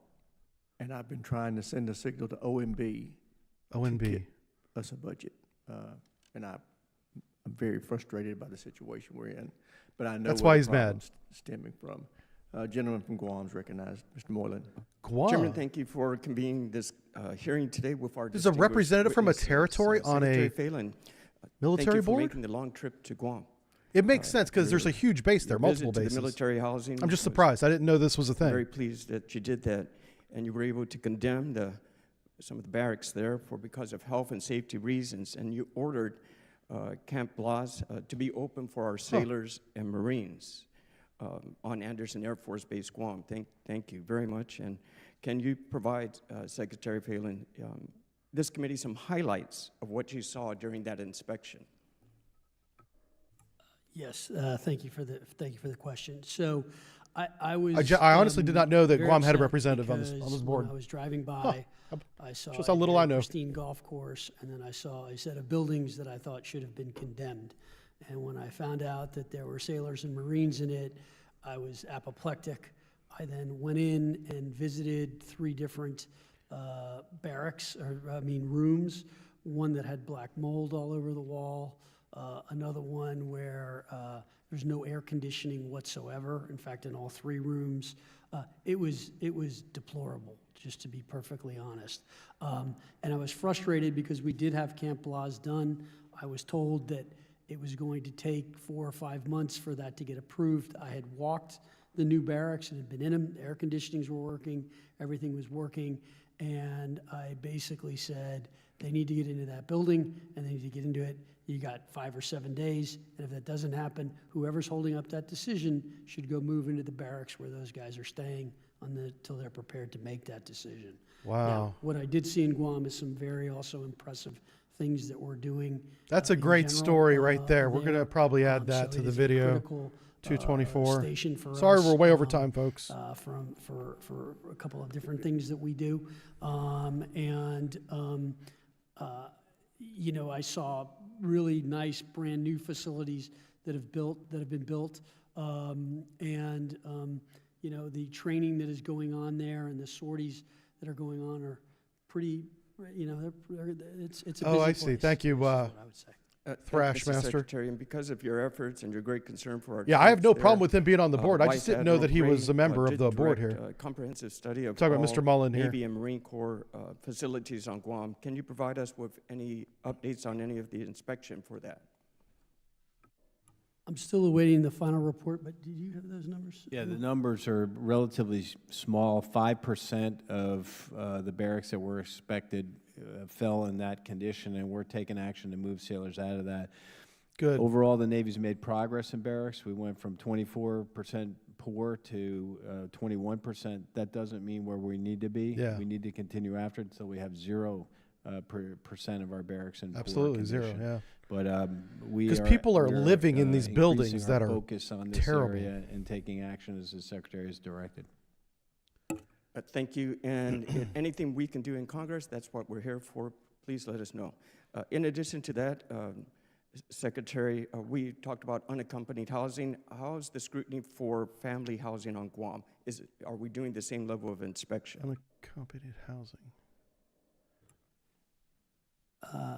I don't know the answer to that question, Congressman. I will double check it and see. Yeah.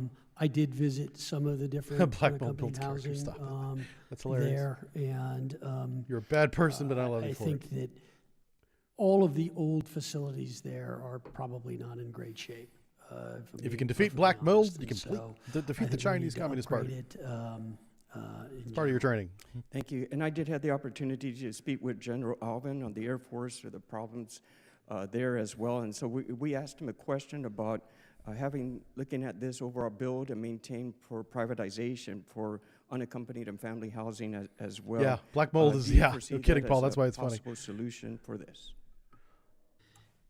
It might be, Congressman, to be honest, I've looked at privatized housing. In some areas, it seems to work exceptionally well, and in some areas, very poorly. And I'm trying to understand, is that just the operator? Is it You know the what's sad is contract? that about the black What is mold it in the that's barracks in causing Guam, that? it And I took think the Secretary way we Phelan incent, playing golf, private, seeing the barracks on the edge of companies the to golf manage course, these asking facilities about them is still a little before anything confusing happened. to me. I'm not real sure In terms of moving the sailors necessarily out of what that. they're doing. So I am going to be. That's where going, heads should roll. I think our two is best ones are in San Diego. Why did it take this gentleman to do that? Yes, sir.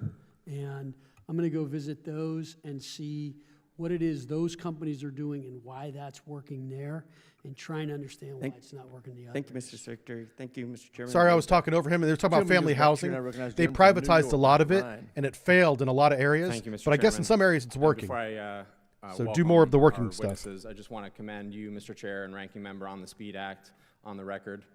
This is a hugely important bill. I haven't and seen the really SPEED appreciate Act all yet. the I think work it's and not the passed. I bipartisan think that's effort on why. that. And I'm sure, hopefully, that results. But we'll talk in about it. addressing I'll a make- lot I'll of make a things that note. We've been consistently, and you all have been consistently talking about fixing our acquisition system. I was gonna use my minute to talk Army what Navy do we and have? talk some Okay. trash about my team, hopefully besting your all's team next year. But I will not do that.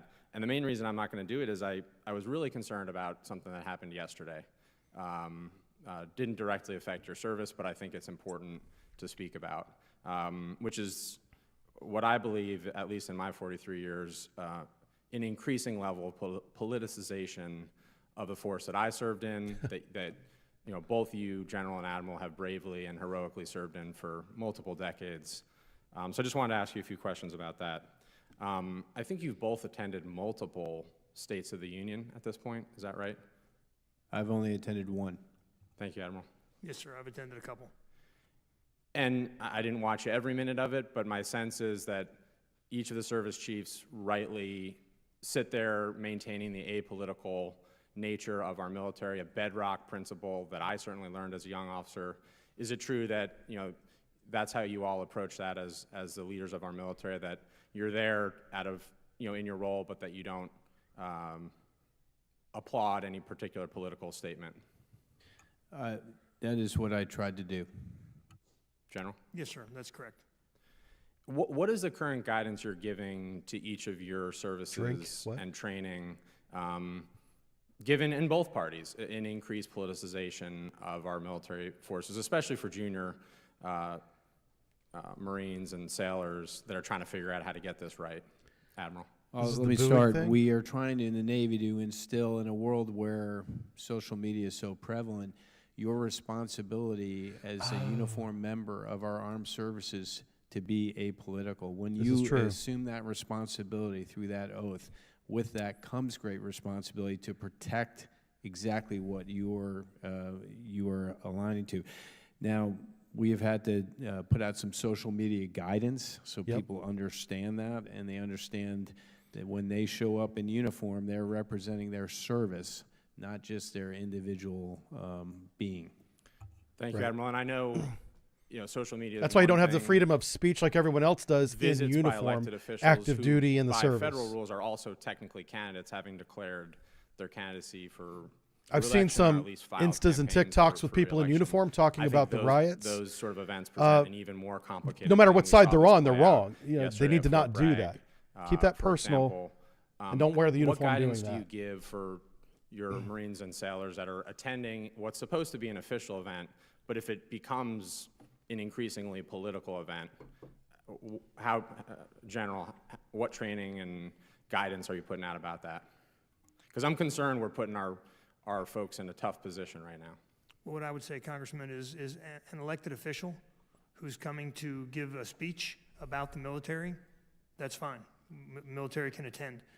They can't participate in the dialogue. Yeah, I'm saying when that official visit becomes overtly political, whether that's wearing a campaign hat, for example, or using, in my view anyway, overt political rhetoric. And what guidance or training are you giving to your Marines about that? Well, we don't give Marines any training on that.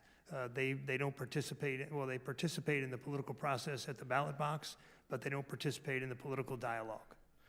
I do think it's important, given what happened yesterday, for both of you to look at that. I think some of those. I wish I knew exactly what he's talking about, because there's so much happening right now. I don't blame that on them. I don't blame it on the leaders on the ground there, but I think we're crossing lines every day that I'm concerned about, and would ask each of you to think about what do we need additional guidance or training there.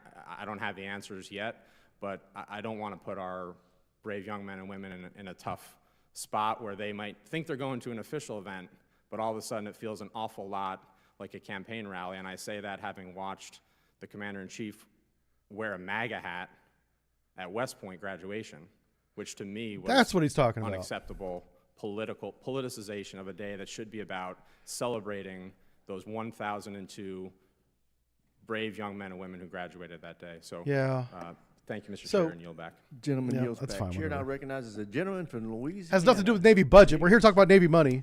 What the Mr. fuck? Chairman, making America great again, one hearing at a time. All right. I'm glad you guys knew what he was talking about. I had no idea that even happened.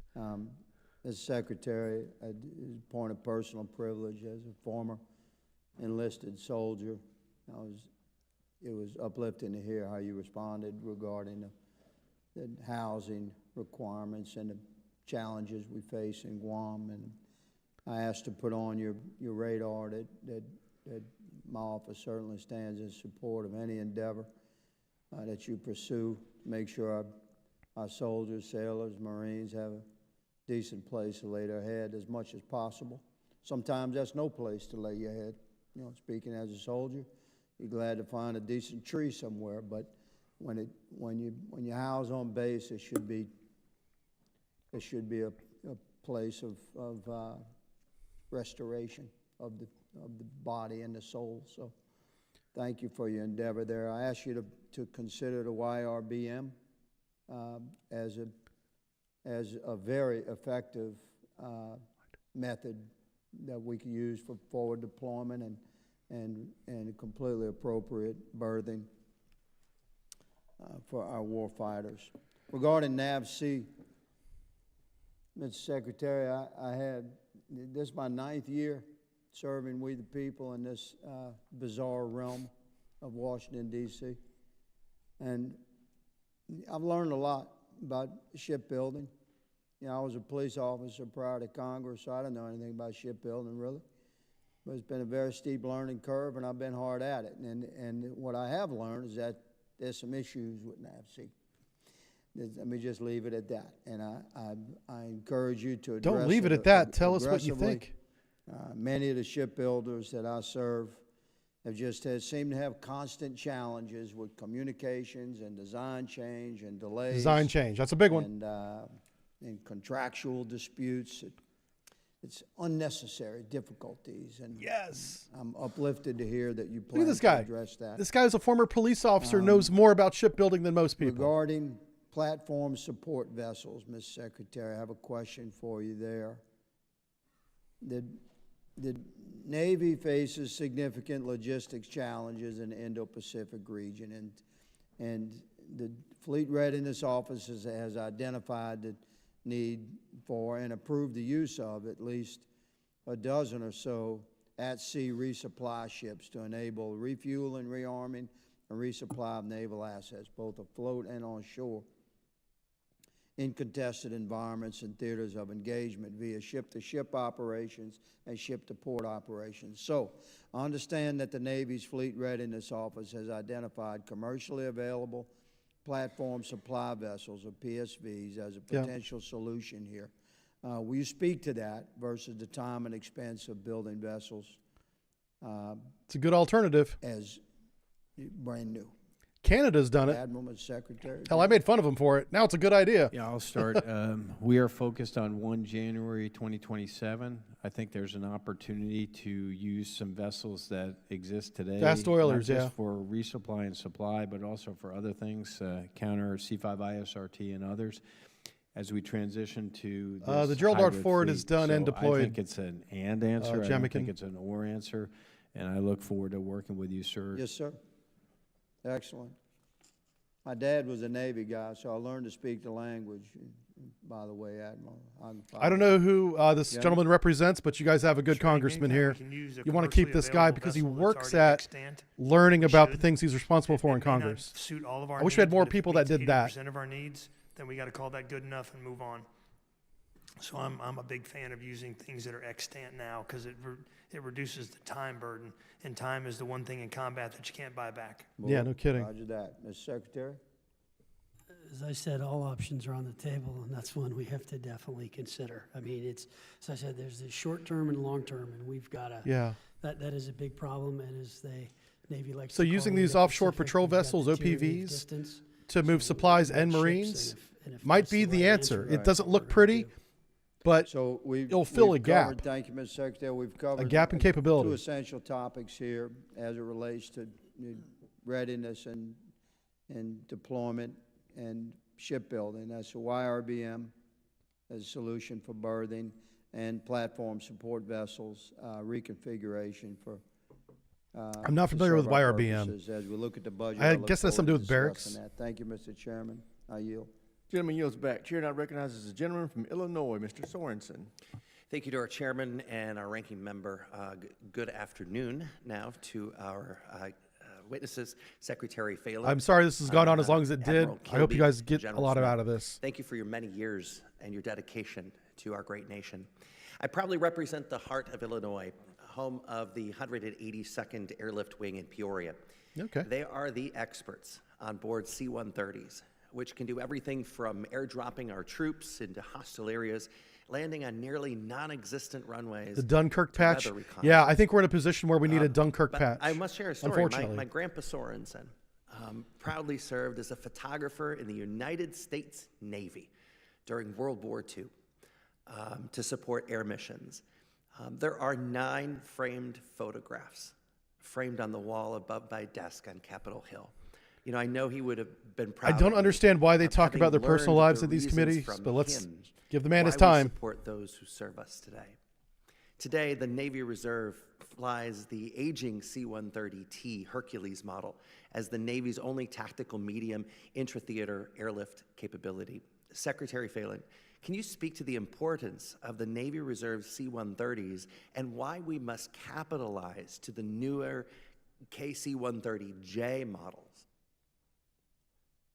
I'm going to defer to my colleague. I thought that was already happening, but let's see what the Admiral says. So I do see a key component to transition, sir. I think we're roughly half legacy aircraft and half new aircraft. The new Okay, so it is aircraft, already of course, happening, has a yeah. refueling capability, which is super important in the Pacific.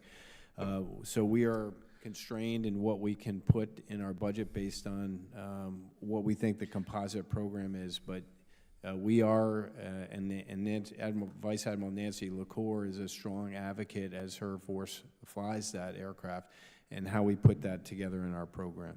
Great, I appreciate that, Admiral. Okay. I also wanted to take a moment to talk about a veteran who served on a submarine as a diving officer during the Korean War. Oh, thank God. I was like, wait a minute, what? From 1951 to No. 1955, this courageous American This is somebody served else. our country in the Navy, just like my grandpa did. But unlike my grandpa, this veteran was forced to resign from the Navy, receiving an other than honorable, Oh, shit. rather than be court-martialed because of his homosexuality. Oh, no. Harvey Milk, like every veteran who served our nation, deserves our This thanks. must be very old. There's no way this happened Secretary recently. Phelan, can you specifically explain to me and this committee why this administration no longer believes in honoring Mr. Harvey Milk's service to his nation? What? Thank you for the question, Congressman. That came out of left field. Look, Secretary Hegseth is committed to ensuring that the names attached to all DoD installations and assets are reflective of the Commander-in-Chief's priorities, our nation's histories, and the warrior ethos. Does he not prioritize all veterans, sir? Potential renaming decisions will be announced once an internal review is completed. So nothing has been decided. He's asked for that review. Okay. And then we will. Would you be able to express The to renaming him of the that ship, it is okay. important that Yeah, we yeah. honor all Thank you, veterans Josh. of their service? I believe he does honor all veterans. Thank you. As the only course he elected does. LGBTQ person on this committee, and the first Oh, ever from this my is about home state, LGBTQ. I Okay, speak okay. for my neighbors and all Americans when I say that Navy veteran Harvey Milk was a warrior in Korea before becoming an elected leader. His service and his life ended with an assassin's bullet. Oh, wow. I walk in the footsteps of leaders before me. He stood up for the same people who are being targeted, persecuted, and vilified by this administration today. My grandpa taught me to stand up for every veteran and thank them every time I see them, thank them for their service. But picking and choosing who deserves that thanks, it's not just wrong, it is un-American. Thank you to our witnesses for being Yeah, here that's today. funny. Appreciate China your is building 2 ships while we have this hearing. Yeah. Gentleman yields back. Chair now recognizes the I gentleman. do from apologize for Georgia. going over time again. Thank you, Mr. This was supposed to be a Chair. 2-hour Thank you, hearing. We're coming gentlemen, up for on being 3. here today. Good to see you all here well and healthy. First of all, this is as near and dear to me as anything we've ever discussed in these hearings. My first deployment in 1994 on the 15th Marine Expeditionary Unit was on the USS Tripoli, affectionately named USS Cripoli. Been hit by a mine that cost probably about $1,000, which caused about $3.5 million of damage. I remember Given a that. permanent list. It went dead Yep. in the water 3 times on float in temperatures that were well over 100 degrees with probably humidity about 90% because we could see about 2 miles just because of how dense the humidity was. Yep. That was our living conditions, where we had our gym, which was about the size of about 20 by 20 feet, right between where we stored the garbage, the morgue, and started the FAVs, right out the tail section where they also did the smoking on the FV, so you can imagine the conditions. We've improved since then. But what's interesting about that is we do our new ship mods, much to your point, Mr. Secretary. We improved these ships, but we haven't really improved our projection of power. Matter of fact, we're very short on that because we don't have the ships. This was a ship that was created in 1966.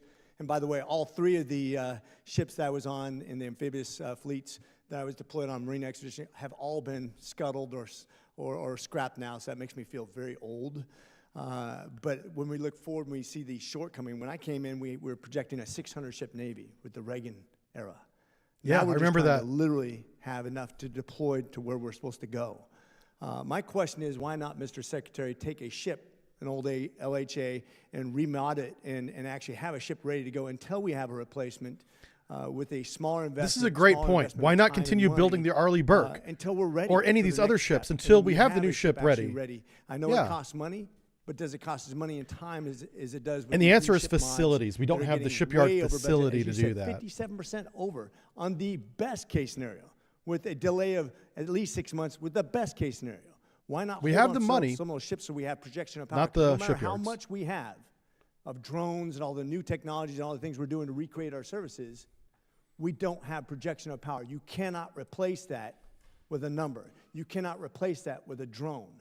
Why not do something in the short term to put that patch on there when we have a real significant challenge over in the Chinese seas and other areas where we need to project power right now? Yep. Well, we've already talked about it I'll because let the OPV has been talked about. specifics, because we are doing this in some cases, Yeah. particularly like on the Ohio-class subs and things like that. I think it's really a question of, one, what does it take to get those ships back online? Two, the costs of doing that. Three, the timing. So our issue is we have a shortage of workers. It's just, so Yeah. if I take someone off a Columbia-class sub and to remod a ship to get it out there, I'm just going to extend that. And so that's Make the Columbia class late as well, I yeah. don't think it's as simple, and I'll let the That's admin already happened comment with on it, Virginia. is just taking it out of the yard and putting it back in. And I think a lot of these ships, unfortunately, sit in the yard too long. Our maintenance schedules are too long. There are a number of these things compounding themselves, but let me let Yep. the Admiral maybe address it. I'll try to be brief. I think we should look at that. It's something that we should look at. Our history here hasn't been good. We had a program called the Cruiser Mod Program, and USS Tortuga came up yesterday in our hearing, and that's an LSD, which we're trying to bring back after the same program and having challenges doing that. So Yeah. one, the ship has got to be capable. Two, I've got to produce a ship that I'm confident can sail underneath the Secretary's leadership and do what our country needs it to do. So it would have to meet those conditions. Not to get political, but I tell you, we have about 16 million Americans out there that could be ship workers if they get off their butts and actually go back to work. That's one of the problems we have. We're trying to motivate them to do exactly that. Whoa. Mr. Conway, Who the hell's he talking about? Who are Marine these Corps 16 million has people? led the way, and the only service to actually pass their audits in the last several years. What's your secret, and how could other services do better to copy the Marine Corps model to actually lead the way and be successful in the future of the way we manage our services? Well, sir, thanks for that question. We passed the last 2 audits, and we'll continue to pass them. Frankly, it's a culture. It starts at boot camp. It starts at your first unit. You're issued a shelter half, 5 tent pins, 3 tent poles, and a guide wire. And when you leave the unit, you turn in a shelter half, 5 tent pins, 3 tent poles, and a guide wire, or you get your butt down to Saigon Sam's and you buy that because you are responsible for it. And we have individual accountability. You're accountable for your cleaning gear for your M16. You're Yeah. accountable for your shelter half. And it starts and ends That's there. the way the It's just Navy 100% is. accountability. At the I'm out of bottom, time, but I think not at the accountability is top. what government can learn from. God bless you. Semper Fi, gentlemen. Yep. Gentleman yields back. That's a here, and I great recognize point. the gentleman from I like this California, guy. Mr. Whitesides. Thank you, Mr. Chairman. I'd like to thank all 3 of you for being here today at a time when our main pacing threat is investing heavily in their own Navy, and the war in Ukraine is providing a forecast of what the future of state v. state warfare looks like. The 3 of you have especially pressing tasks, and I'm glad that this committee has the opportunity to discuss these issues with you today. I'd like to start by discussing recent reports that there is an effort within other elements of the Department of Defense to cancel the FA-XX program in favor of increased investment in the newly announced F-47. To me, that's the latest in a series of efforts to put all of our resources towards one solution. And I'll say to you what I said to your colleagues in the Air Force last week. It's important to pose multiple challenges for our adversaries. It's important to build multiple layers into our defenses. Is the F-47 going to have a So I naval remain variant? concerned Is that what he's pulling saying? Resources from the development of a next-generation Navy fighter in favor of a single Air Force fighter is both short-sighted and dangerous. With that in mind, Admiral Kirby, does the Navy still have a need for a next-generation fighter? Of course. In my opinion, we do. In addition to unmanned aircraft in the future, it's a thing we call air wing of the future. So MQ-25 is an unmanned tanker. I believe we need a manned 6th-gen fighter. We're not ready to make that pivot. Also called Chad, yeah. But there is a place for unmanned aircraft for us in the future. Yeah, I would agree with that. Do you believe that industry can support the development of that next-generation Navy fighter? It's probably not I don't have an opinion on that because I haven't studied that, but my opinion is the Navy needs that fighter. Well, what he's saying here, Josh, I believe, is that Secretary Phelan, in your F-47 testimony, and Admiral is going to Kirby, be in the your one testimony, plane all you services refer use. to the importance of bolstering the maritime industrial base. Which is what I thought the couldn't agree F-35 more. was. Our shipbuilding industry faces challenges that our rivals do It not. is We have to make actually, serious yeah. progress or risk falling irretrievably behind. There are myriad challenges that need to be overcome, but I want to focus now on workforce. Every time I speak with anyone in the defense industry, they bring me their concern about the future of the workforce. As a generation of skilled tradesmen and women retire, they're worried that they won't have the means to replace them. I have the privilege to represent two outstanding community colleges, Antelope Valley Community College and the College of the Canyons. I also represent the innovative defense companies and defense development facilities like Plant 42 and Skunk Works. They all agree on one thing: if these schools could graduate double the number of STEM or skilled trades graduates, our defense industrial base would employ them faster and would use them. So with that in mind, Secretary Phelan, can you describe the steps that the Department of Navy is taking not only to bolster its recruitment and retention efforts for service members, F-47 but still particularly to program, support yeah. the educational institutions who are training the skilled tradesmen and women our defense industrial base relies on? So we continue to look at a number of different programs in order to get the workforce that we need. And I think there are programs going on around all the public shipyards that we have currently. And we continue, obviously, to support the educational institutions of the Navy. I think this is something that we are really trying to figure out what is the best mechanism to transfer that skill set. Because one of the things I'm learning when I visit with workers is their training that they're getting in some of these places is not as good as when they get to the yard. And we have to make sure we translate that better. And I think makes sense, that yeah. is one of the key things we're still trying to figure out. And I look forward as we get that sorted to go there. If I could, thank you, Mr. Secretary. I do want to cite an effort that happened in Representative Kagan's state. It's in Danville, Virginia, where they set up an additive manufacturing center of excellence. It's got many components. I'll just talk about This is twice the one Admiral Kilby's component brought where this up they're on multiple working on hearings. 5 different He disciplines. loves this little tech school. So it's additive manufacturing, welding, non-destructive testing, QA, and a thing called CNC, which is subtractive manufacturing. People go to those schools for 16 weeks, 8 hours a day, and they conduct 3 sections. At full bore, that system will produce 900 people a year to go in the defense industrial base with a 90% placement. That is a great model for us. Yeah. That's fantastic. And we have similar programs in the Antelope Valley around composite manufacturing. I think that is one of the pathways to the future.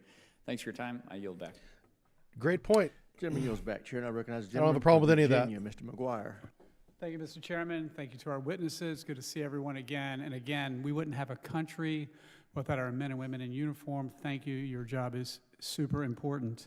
And that was a great segue because Danville, Virginia, ATDM is in my district. So Admiral Kilby, in late April, you actually visited the Accelerated Training and Defense Manufacturer and ATDM summit at the Institute for Advanced Learning Research, IALR, in my district, Danville, Virginia. All right, my food got delivered. I'm going to just get it, and I'll be right back. You highlighted the I don't want to value sit outside. of the additive work being done at ATDM, and as you said, they do additive and subtractive.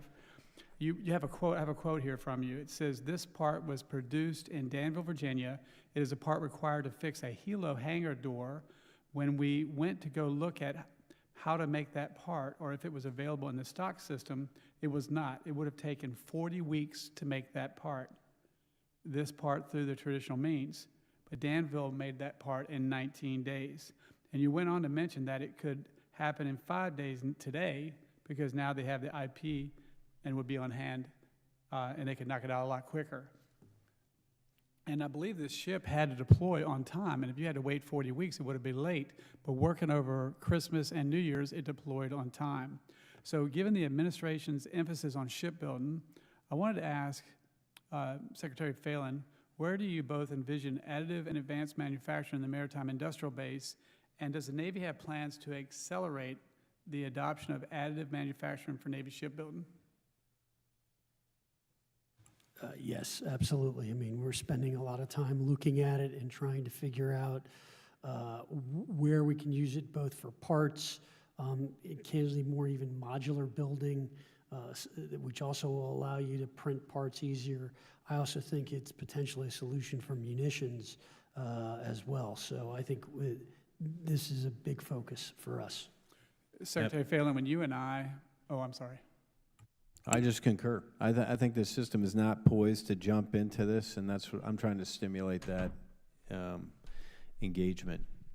Yeah, Secretary Phelan, when you and I toured the Columbia and the new Enterprise under construction, I got a you happy said that sandwich the waiting for welders me when have this the is over. training of a neurosurgeon. Make me happy. And I believe some of those best welders that we need, in addition to the addition and subtraction 3D printing, are being trained right there in Danville. And I love it that you went to Guam, and I love it that you guys are taking care of your troops. But if your busy schedule permits, I'd love to attend a tour of ATDM in Danville and see what they're doing. Secretary Phelan, Admiral Kilby, a recent Business Insider article included a quote from a Navy commander in the Red Sea that really struck home with me. Here's the quote, "In a lot of ways, the Red Sea, it's a knife fight in a phone booth. The article highlights the difficulty of conducting air and missile defense in tight geographic environments and issues related to using expensive and exquisite weapon systems against targets costing a fraction of the price and time to produce." I got my taco, hell Here yeah. We're talking about the Top Gun phrase, the need for speed. What lessons has the Navy drawn from operations in the Red Sea these almost past 2 years, and how do they frame your thoughts on a potential conflict in Indo-PACOM? And I guess I'll start with Admiral Kilby on that one. Well, I'd say, sir, we want to, when I Every asked time they this in change the past, spec do on you the regret frigate, it this? adds I about a don't year, regret is defending what I've seen so far. our ships and the 350 crew members that are on them. I do regret using SM2s and SM6s to do that when another munition might be more helpful. So we are now the Ford Strike Group is the next Ford Strike Group to deploy from the East Coast. We have put a number of systems on those DDGs, Coyote, Hellfire, Longbow, and others, which should Coyote, allow Hellfire, us Longbow, to those are not the use those, short to medium range preeminent solutions that I was talking about munitions that earlier. we'd like to lose for a more challenging threat, and we're going to experiment with that. And to me, that is the path for us, is to not get caught up into, I've got to totally integrate this in the system and it's got to be tested, but put the system on that we know works for the Army in the case of the Coyote. Let us experiment with it at sea and then figure out how to develop that quicker. General Smith, as part of the Marine Corps force design, the Marine Corps has adapted itself to be more agile and prepare for potential fight in Indo-PACOM. Part of this mission has been to acquisition systems like Nemesis to ensure that Marines can support sea denial and anti-surface warfare. Can you discuss how systems like Nemesis and others are factoring into the acquisition decisions related to Indo-PACOM and potential to deter the CCP? Congressman, I can. The Nemesis, the Navy Marine Expeditionary Ship Interdiction System, is... Gentleman's time's expired. You have to give that answer for the record. Aye, sir. Gentleman from shit. Missouri. The chairman came in like a wrecking ball and Thank you, Mr. said, Chair. To our witnesses, thank you for being here today. And also, I always like to include the folks with you that I see behind you. Thank you for your service as well. Bell. My district is home to the production of some of the most well-known and advanced naval aircraft. This includes the FA-18, the EA-18G Growler, and the new MQ-25, the Navy's first operational carrier-based unmanned aircraft. As I've said time and time again, the St. Louis region plays a crucial role in the backbone of our defense establishment. And while St. Louisans are proud to contribute significantly to our national defense, I must also acknowledge that many of my constituents are still struggling to recover from the most devastating national disaster to hit our region since the late 1950s. This will not deter our pride in providing and supporting our natural. Does anyone know what happened to St. Louis? I don't know what he's talking We will about. support our national Was it like a security. tornado or Most something? Importantly, we will continue to be a center for innovation, defense, and technology. The MQ-25, built in my district, is an accelerated acquisition program producing the U.S. Navy's first unmanned platform dedicated to its carrier air wings. The MQ-25 is slated for initial operational capability in 2026, and among many critical programs it will be used for, it will participate in refueling missions extending the strike radius of FA-18 Super Hornets and F-35Cs to beyond 1,000 nautical miles. It will also provide enhanced reconnaissance. Secretary Phelan and Admiral Kilby, would you agree that the MQ-25 is a critical capability for the future of the carrier, air wing, and overall naval operations? I agree. Short and sweet, I'm good with that. Agree. Given the current plan to procure 3 MQ-25s, wouldn't adding a 4th aircraft in FY26 further enhance naval readiness and operational flexibility, particularly in preparation for potential contingencies in the Indo-Pacific region? Yeah, it will. We want to get that aircraft out there as soon as possible. We want to integrate it with the air wing. That is, not only does it do all the missions you described, but it also has a secondary benefit in that it trains our apparatus to do unmanned and manned flight ops at the same time. So there's a thing there that we have to really get through, and I believe that'll be almost a dam breaker. Once we figure that out, we'll be able to introduce capability much faster, whether it's sensing, reconnaissance, or potentially even lethality from a munitions perspective.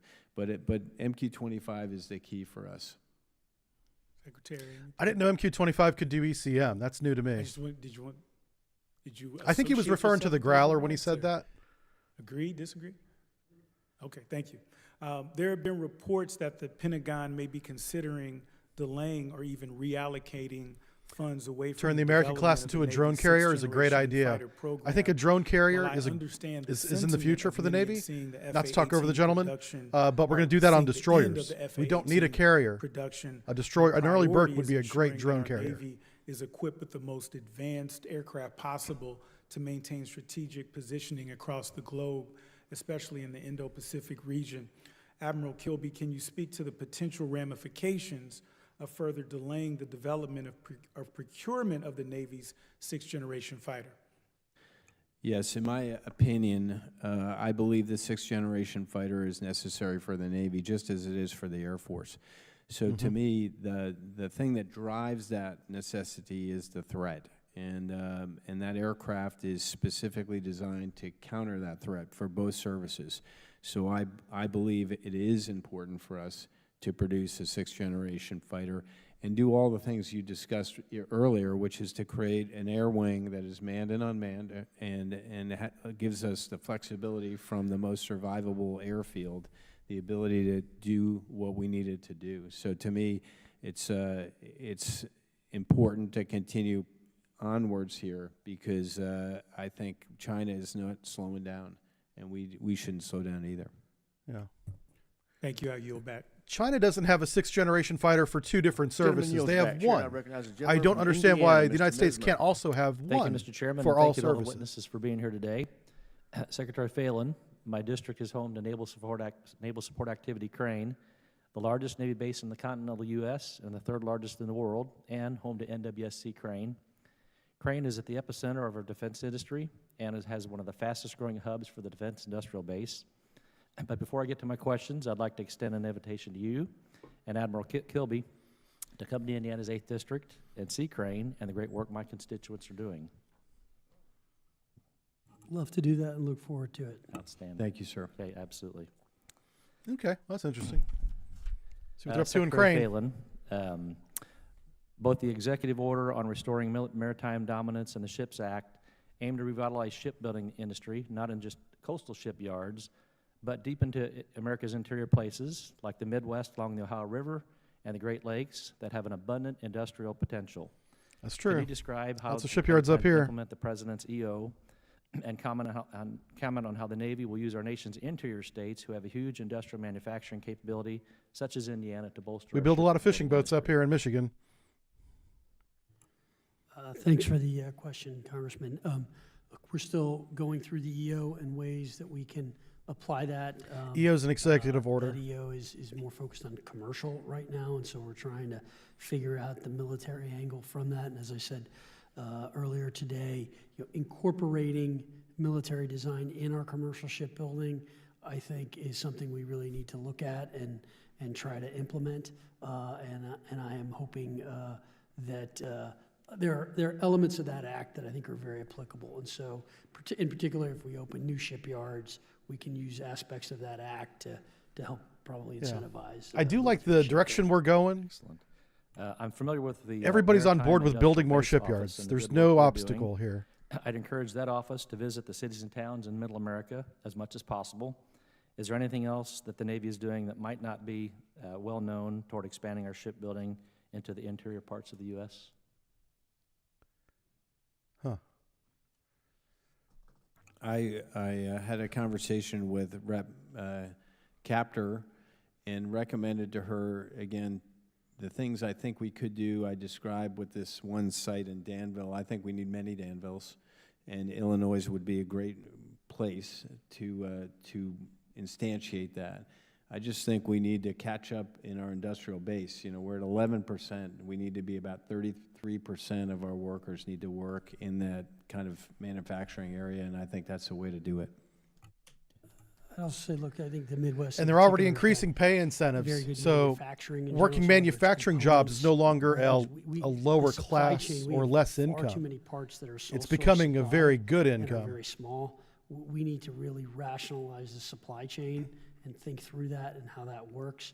And I would think there are places in the Midwest, given its history and heritage, And that the cost could of be living, beneficial to that. a lot less in the Midwest than it is in other states. One of the areas that NSWC Crane is researching, and I'm particularly A paycheck focused goes a on, lot farther. is enhancing our strategic and theater deterrence through conventional prompt strike and nuclear-armed sea-launched cruise missiles.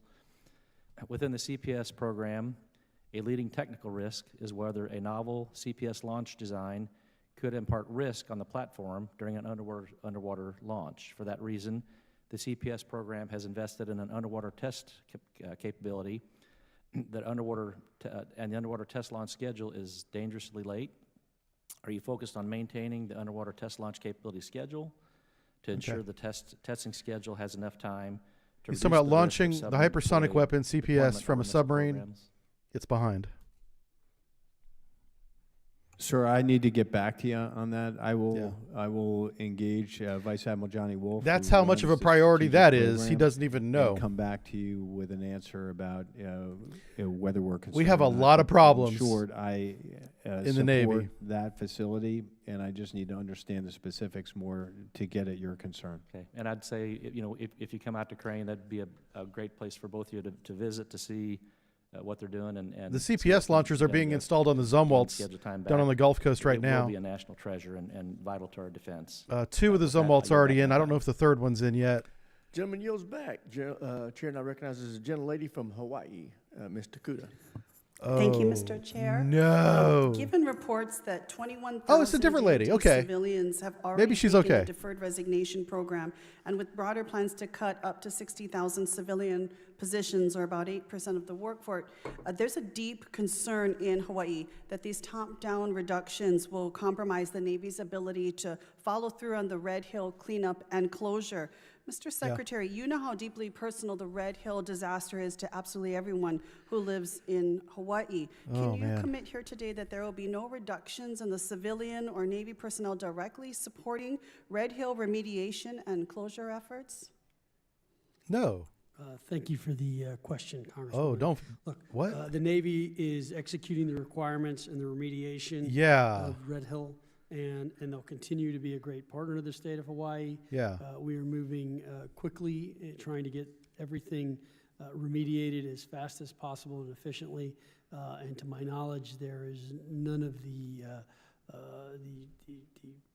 workforce changes are impacting our ability to do Red Hill. Yeah. Admiral, did you want to add?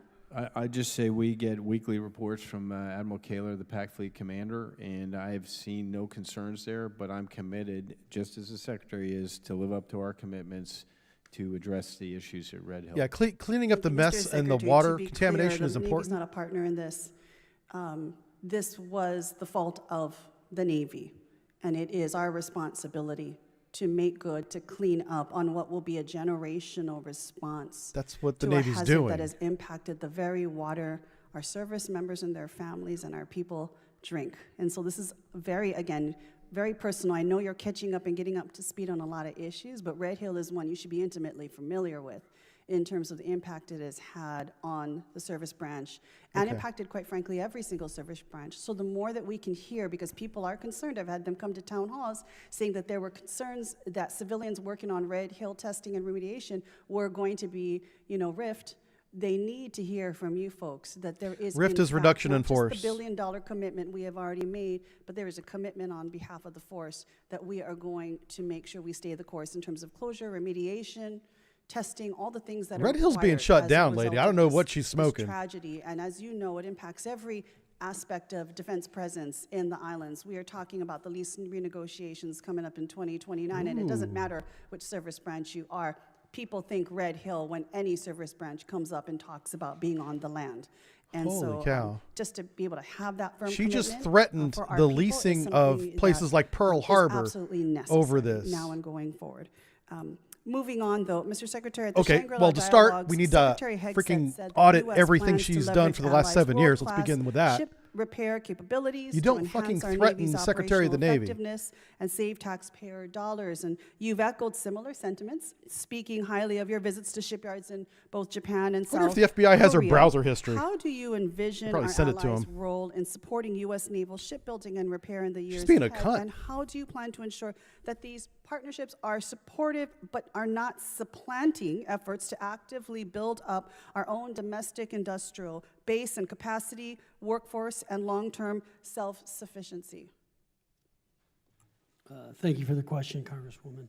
As I said, look, we have a short-term Wow. problem, which is we have to get hulls in the water. Yeah. The longer-term problem is we need a maritime industrial base. We need shipbuilders. We need that capability in this country. And the president has tasked me with making sure that we develop that and develop those jobs. So I think it can take the form of a couple of different ways. So one is, Hanwha has bought the Philadelphia shipyard and is looking Hanwha at, is the Korean shipbuilder. expanding and investing in that shipyard and building ships. I think we can learn a lot from them. Why did and we their let Korea practices, buy it and we which didn't would buy be it ourselves? beneficial. At the same time, I also think I don't know. there's potential for foreign shipyards to do some repair and maintenance work for us, bringing ships all the way Korea back owns a from the Philadelphia Pacific shipyard. may not always make the most sense, particularly in times of enhanced conflict or when things are a little spicier, as I like to call it. So I think having that capability with our allies strengthens our relationships with them and makes it better. So I think it could be in the form of JVs.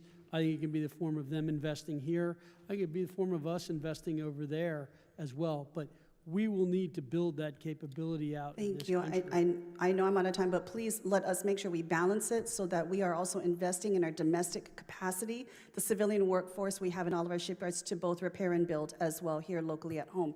Thank you, Mr. Chair. I yield back. Gentleman yields back. Chair now recognizes a gentleman from Wisconsin. Man, she was. Thank you, Mr. Chairman. I can't believe she did that. That's hilarious. Nice to see you. Admiral Kilby, General Smith. Hey, I just want to philosophically talk about something quick, and I've got some real questions. So, Philosophical questions. I like these. These are fun. Did it with the airplanes, and they targeted the battleships, the capital ships, thinking that would end the war. They didn't realize that how they attacked what they thought was going to be the significant asset was not. It was the thing they attacked. Korean government or the company. And I The think Korean maybe government we can look owns at these a stake in Haiwa, the 21st company. century at So, this point. 'Cause there's ipso hypersonic facto, missiles the that our Korean government. adversaries have that we have no defense against.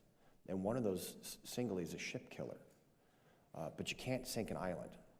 So when we're looking at how we're going to lay all this stuff out, I encourage you guys to really look at our forward islands. You referenced that just a second ago about the material readiness of our vessels, but also fortifying Guam, making sure they have everything they possibly need. Other islands in the Marianas, places that are farther forward. That well, while he's talking about islands, I do want to say that the lady from Hawaii is absolutely right for being upset about the water being contaminated. I completely sympathize with that. I think she just went too far with threatening the Secretary of the Navy, who's been on the job for 4 months, had nothing to do with that happening. And the Navy's been cleaning up that base, the water there, for years. That's been an ongoing thing. It's going to continue for a long time. I think she was just inappropriate with the threats. That's all I'm saying. It was launched 3 years later. So from Congress saying build a nuclear submarine, 3 years later, the hull went in the water, and then in 1955 it was under the ice cap, right? Oh, you're talking about Nautilus, yeah. What we're trying to do is get to a place where we stop having all of these exquisite requirements to the point where we can't even build them. We had some shipbuilders here, and they said that the requirements that are being handed by many of the services are at a place where the technologies simply don't exist. Even if we had the welders, they can't actually meet the requirement. So I'd encourage you guys and gals, when you're looking at stuff, to say, figure out when is enough. Enough is enough. I wonder what requirement he's talking about. The last thing I just want to I would love for these guys to have specific examples, but 5 soft they're not truths. known for doing that. The 5th one being most special operations require non-soft support. And when you guys are having these discussions, and I fully agree with making you guys a more lithe service, nimble and responsive, I just don't want you to forget my soft brothers when we're talking about removing platforms, because SEALs don't fly refuelers, and we don't drive ships. And honest to God, Admiral, that's a great thing. We don't drive them because we wind up in the rocks and the liquor cabinet would probably be empty. But so I want to make sure that you guys are taking into account our special operations component commanders and that they have a seat at the table. So Secretary Phelan, can you tell me with certainty that our special operations component commands across all the services, because they depend on these platforms, have an actual seat at the table and their voices are heard by you guys? Congressman, yes, thanks for the question. Sure. Look, I think it's critical, and I think the services, both MARSOC and SEALs and Naval Special Warfare. I was at SDV-1 on my way back from Guam, so I spent some time with that team and see some of the things. There's a they're doing and lesson the here to be capabilities learned. they have. The And gentleman it's that was very just good. speaking And is a same Navy thing SEAL, with MARSOC and he's one of the most soft-spoken people on the He's cabinet. doing some very, He's not threatening very anybody, good and but he's probably excellent an work. absolute So badass. I Hell, think being a SEAL, I SOCOM know he's an Special absolute Ops badass. has a unique role and has a big multiplier. Same goes for effect Luttrell, what even they though do. Luttrell kind of We'll fucked be up. We'll have a seat at the table and part of that whole. He's still a whole SEAL. structure. Well, thank you very much. And Mr. Chairman, with that, I yield back. I thank the gentleman. The chair now recognizes the gentleman from Virginia, Mr. All I'm saying, Denny. it's the quiet Thank you, ones you Mr. got to Chairman. watch out for. Secretary They are the Phelan, scary ones. Admiral Kilby, General Smith, thank you for testifying today. I have the privilege of having both a Navy and a Marine installation in my district. I have Quantico, the Crossroads of the Marine Corps, and I have Dahlgren, which is really a gem that most people have not heard of, but has national level exquisite capabilities. I thought I was going to say And so, cafeteria. General Thinking Smith, I about had my the food. My opportunity lunch to is observe waiting on me. Marines I'm hungry. testing offensive drone platforms in my district in Quantico last week, and it was an impressive demonstration of tactical invasion. MARSOC? It's actually, I think the Marines are the Oh, did first they? ones and the only ones that are didn't know testing that. offensive drones in the country on ranges. And some of these included commercial off-the-shelf products that were highly affordable. And I appreciate I don't know if you guys the can see it on focus of screen, your but this testimony camera on has a the dead Marine, pixel, and it's annoying me. Air Defense Integrated System. Yeah, I need to drink some Mattis. calm down juice. You explained that we currently have the ability to neutralize threats from Group 3 to 5 UAS. but we Replace your only have the camera, ability to Congress. Disrupt Groups 1 to 3 UAS. It's right there. You see that little pixel blinking at me? Ukrainians successfully Yeah. demonstrate in Operation Spiderweb. These small, commercially available drones, see it? drones, Yeah. especially Groups 1 and 2, pose an escalating and asymmetric threat to U.S. forces. How do we ensure that our forces have the capability to neutralize, not just disrupt these drones at the squad or platoon level? Well, sir, you've hit on a challenge that we still don't have an answer for. We're looking for that solution. We're constantly innovating. We're looking at drone-on-drone strikes, which is like hitting a bullet with a bullet, which is difficult. But we're looking at some technological means to knock the drone out of the sky in terms of disassociating it from its operator, making it go to full autonomy mode, and then getting into that autonomy mode and disrupting that. So we really don't have a solution yet, but it is something that we are looking for. Yeah, so in that scenario, if there was a GPS-hardened swarm of drones, low-cost drones, launched against a forward-deployed Marine element, those Marines would not today be able to defeat that threat. Is that Well, accurate? they would fight it. In this classified setting, sir, I would say that is partially accurate. We have systems that are designed to bring down drones, but they're unsatisfying if you're a young Lance Corporal. Yeah, so I would say, obviously nobody has a solution to this, but the best test bed and probably the most innovations in this we're seeing in the European theater in Russia and Ukraine. And they have been fighting drone war for the better part of the last 2 year years? and a half, certainly, Yeah. although drones have been on the battlefield since the start of certainly the major invasion. And I'm concerned from both an offensive and defensive perspective. I mean, our installations are frankly not protected right now, and there are some things that Congress can do to help in that regard. I think 130I regulations and other things, I would love to see how we can help, how Congress can help, how we can break the logjam in this context. And I truly believe what we're seeing right now is sort of a revolution in warfare, certainly in land warfare, as profound as the introduction of a machine gun in World War I or aircraft carrier in World War II. And I think the Marine Corps needs to have dedicated doctrine and military specialists. And I saw what was a great potential example with the marksmanship team out there at Quantico, that they put together a team that had a CW5 EOD expert and others, and they just started doing things, and they had the proper level of approval, and that's where we need to be. We need to move fast and literally break things in this context, otherwise we'll fall behind. Okay, I agree with that. Admiral Kilby, again, Dahlgren is in my district, and I think that the Navy needs a similar doctrine. I mean, we've seen some of this in the Ukraine context, in the Black Sea. What do we need to do? How do we invest in this unmanned systems in the naval context? Thanks for the question. I agree with you about Dahlgren. I was stationed there for 18 months. There is a unique group of individuals there and an expertise that's maybe not known by others. I think we just need to experiment. And our area of non-traditional sea denial is an area where we're investing in unmanned air, surface, and undersea vessels to bring an effect to bear. And I just think we need to continue there, sir. I recognize I'm short on time. Thank you. I yield back. Gentleman yields back. Thank you very much for your service to our nation, for your attendance here. It's been very helpful. Our Defense Department faces some enormous fiscal challenges and structural challenges. Where's the none budget? are greater than what's on your shoulders with our nuclear submarines and our shipbuilding. challenges. So just know that we want to be a partner with you. So as soon as you can come up with a path forward, please share it with us so we can try to help you move down that path in a successful way. I wonder how much And with hairspray he that, has in his hair. This hearing is adjourned. Hey, wow. Well, that went really long, guys. Holy smokes. I'll tell you what.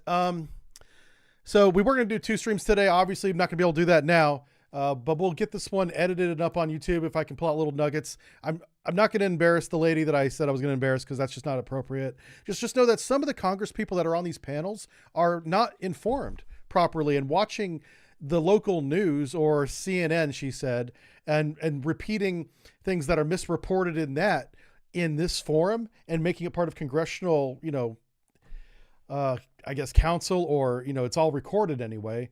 Is a big mistake. So yeah, we're going to do this.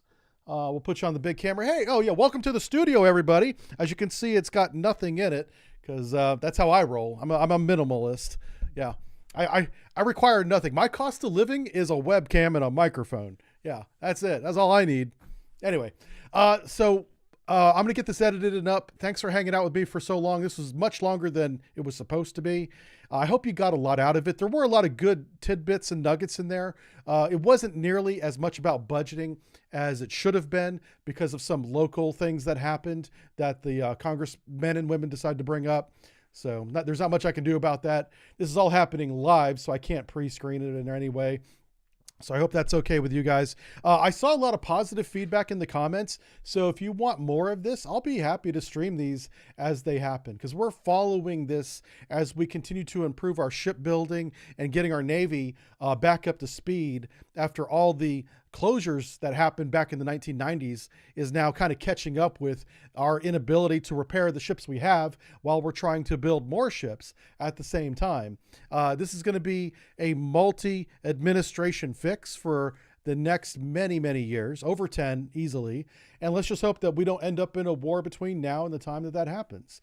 I'm cautiously optimistic that the United States and China is not going to end up in a maritime conflict, but we're already in a soft gray zone conflict. That's already happening. Not much of that's public, and I can't talk about it, but it's out. It's out there, and we'll see if any of that can be talked about. We'll bring that up. I'm hoping stuff like that will come up in these hearings, so that once it's on public record, we can go into that. But just know that all is not well. But the outlook of a hot war between us and China is actually been reduced, in my opinion, over the past 6 months, which is a great trend. Let's hope that continues. All right. And if you guys do like this, make sure you like the video on the YouTubes or wherever we're at. I think we're on all the media right now, and we'll do another one. All right. I'm going to go eat lunch. Have a great day, everybody. Bye now.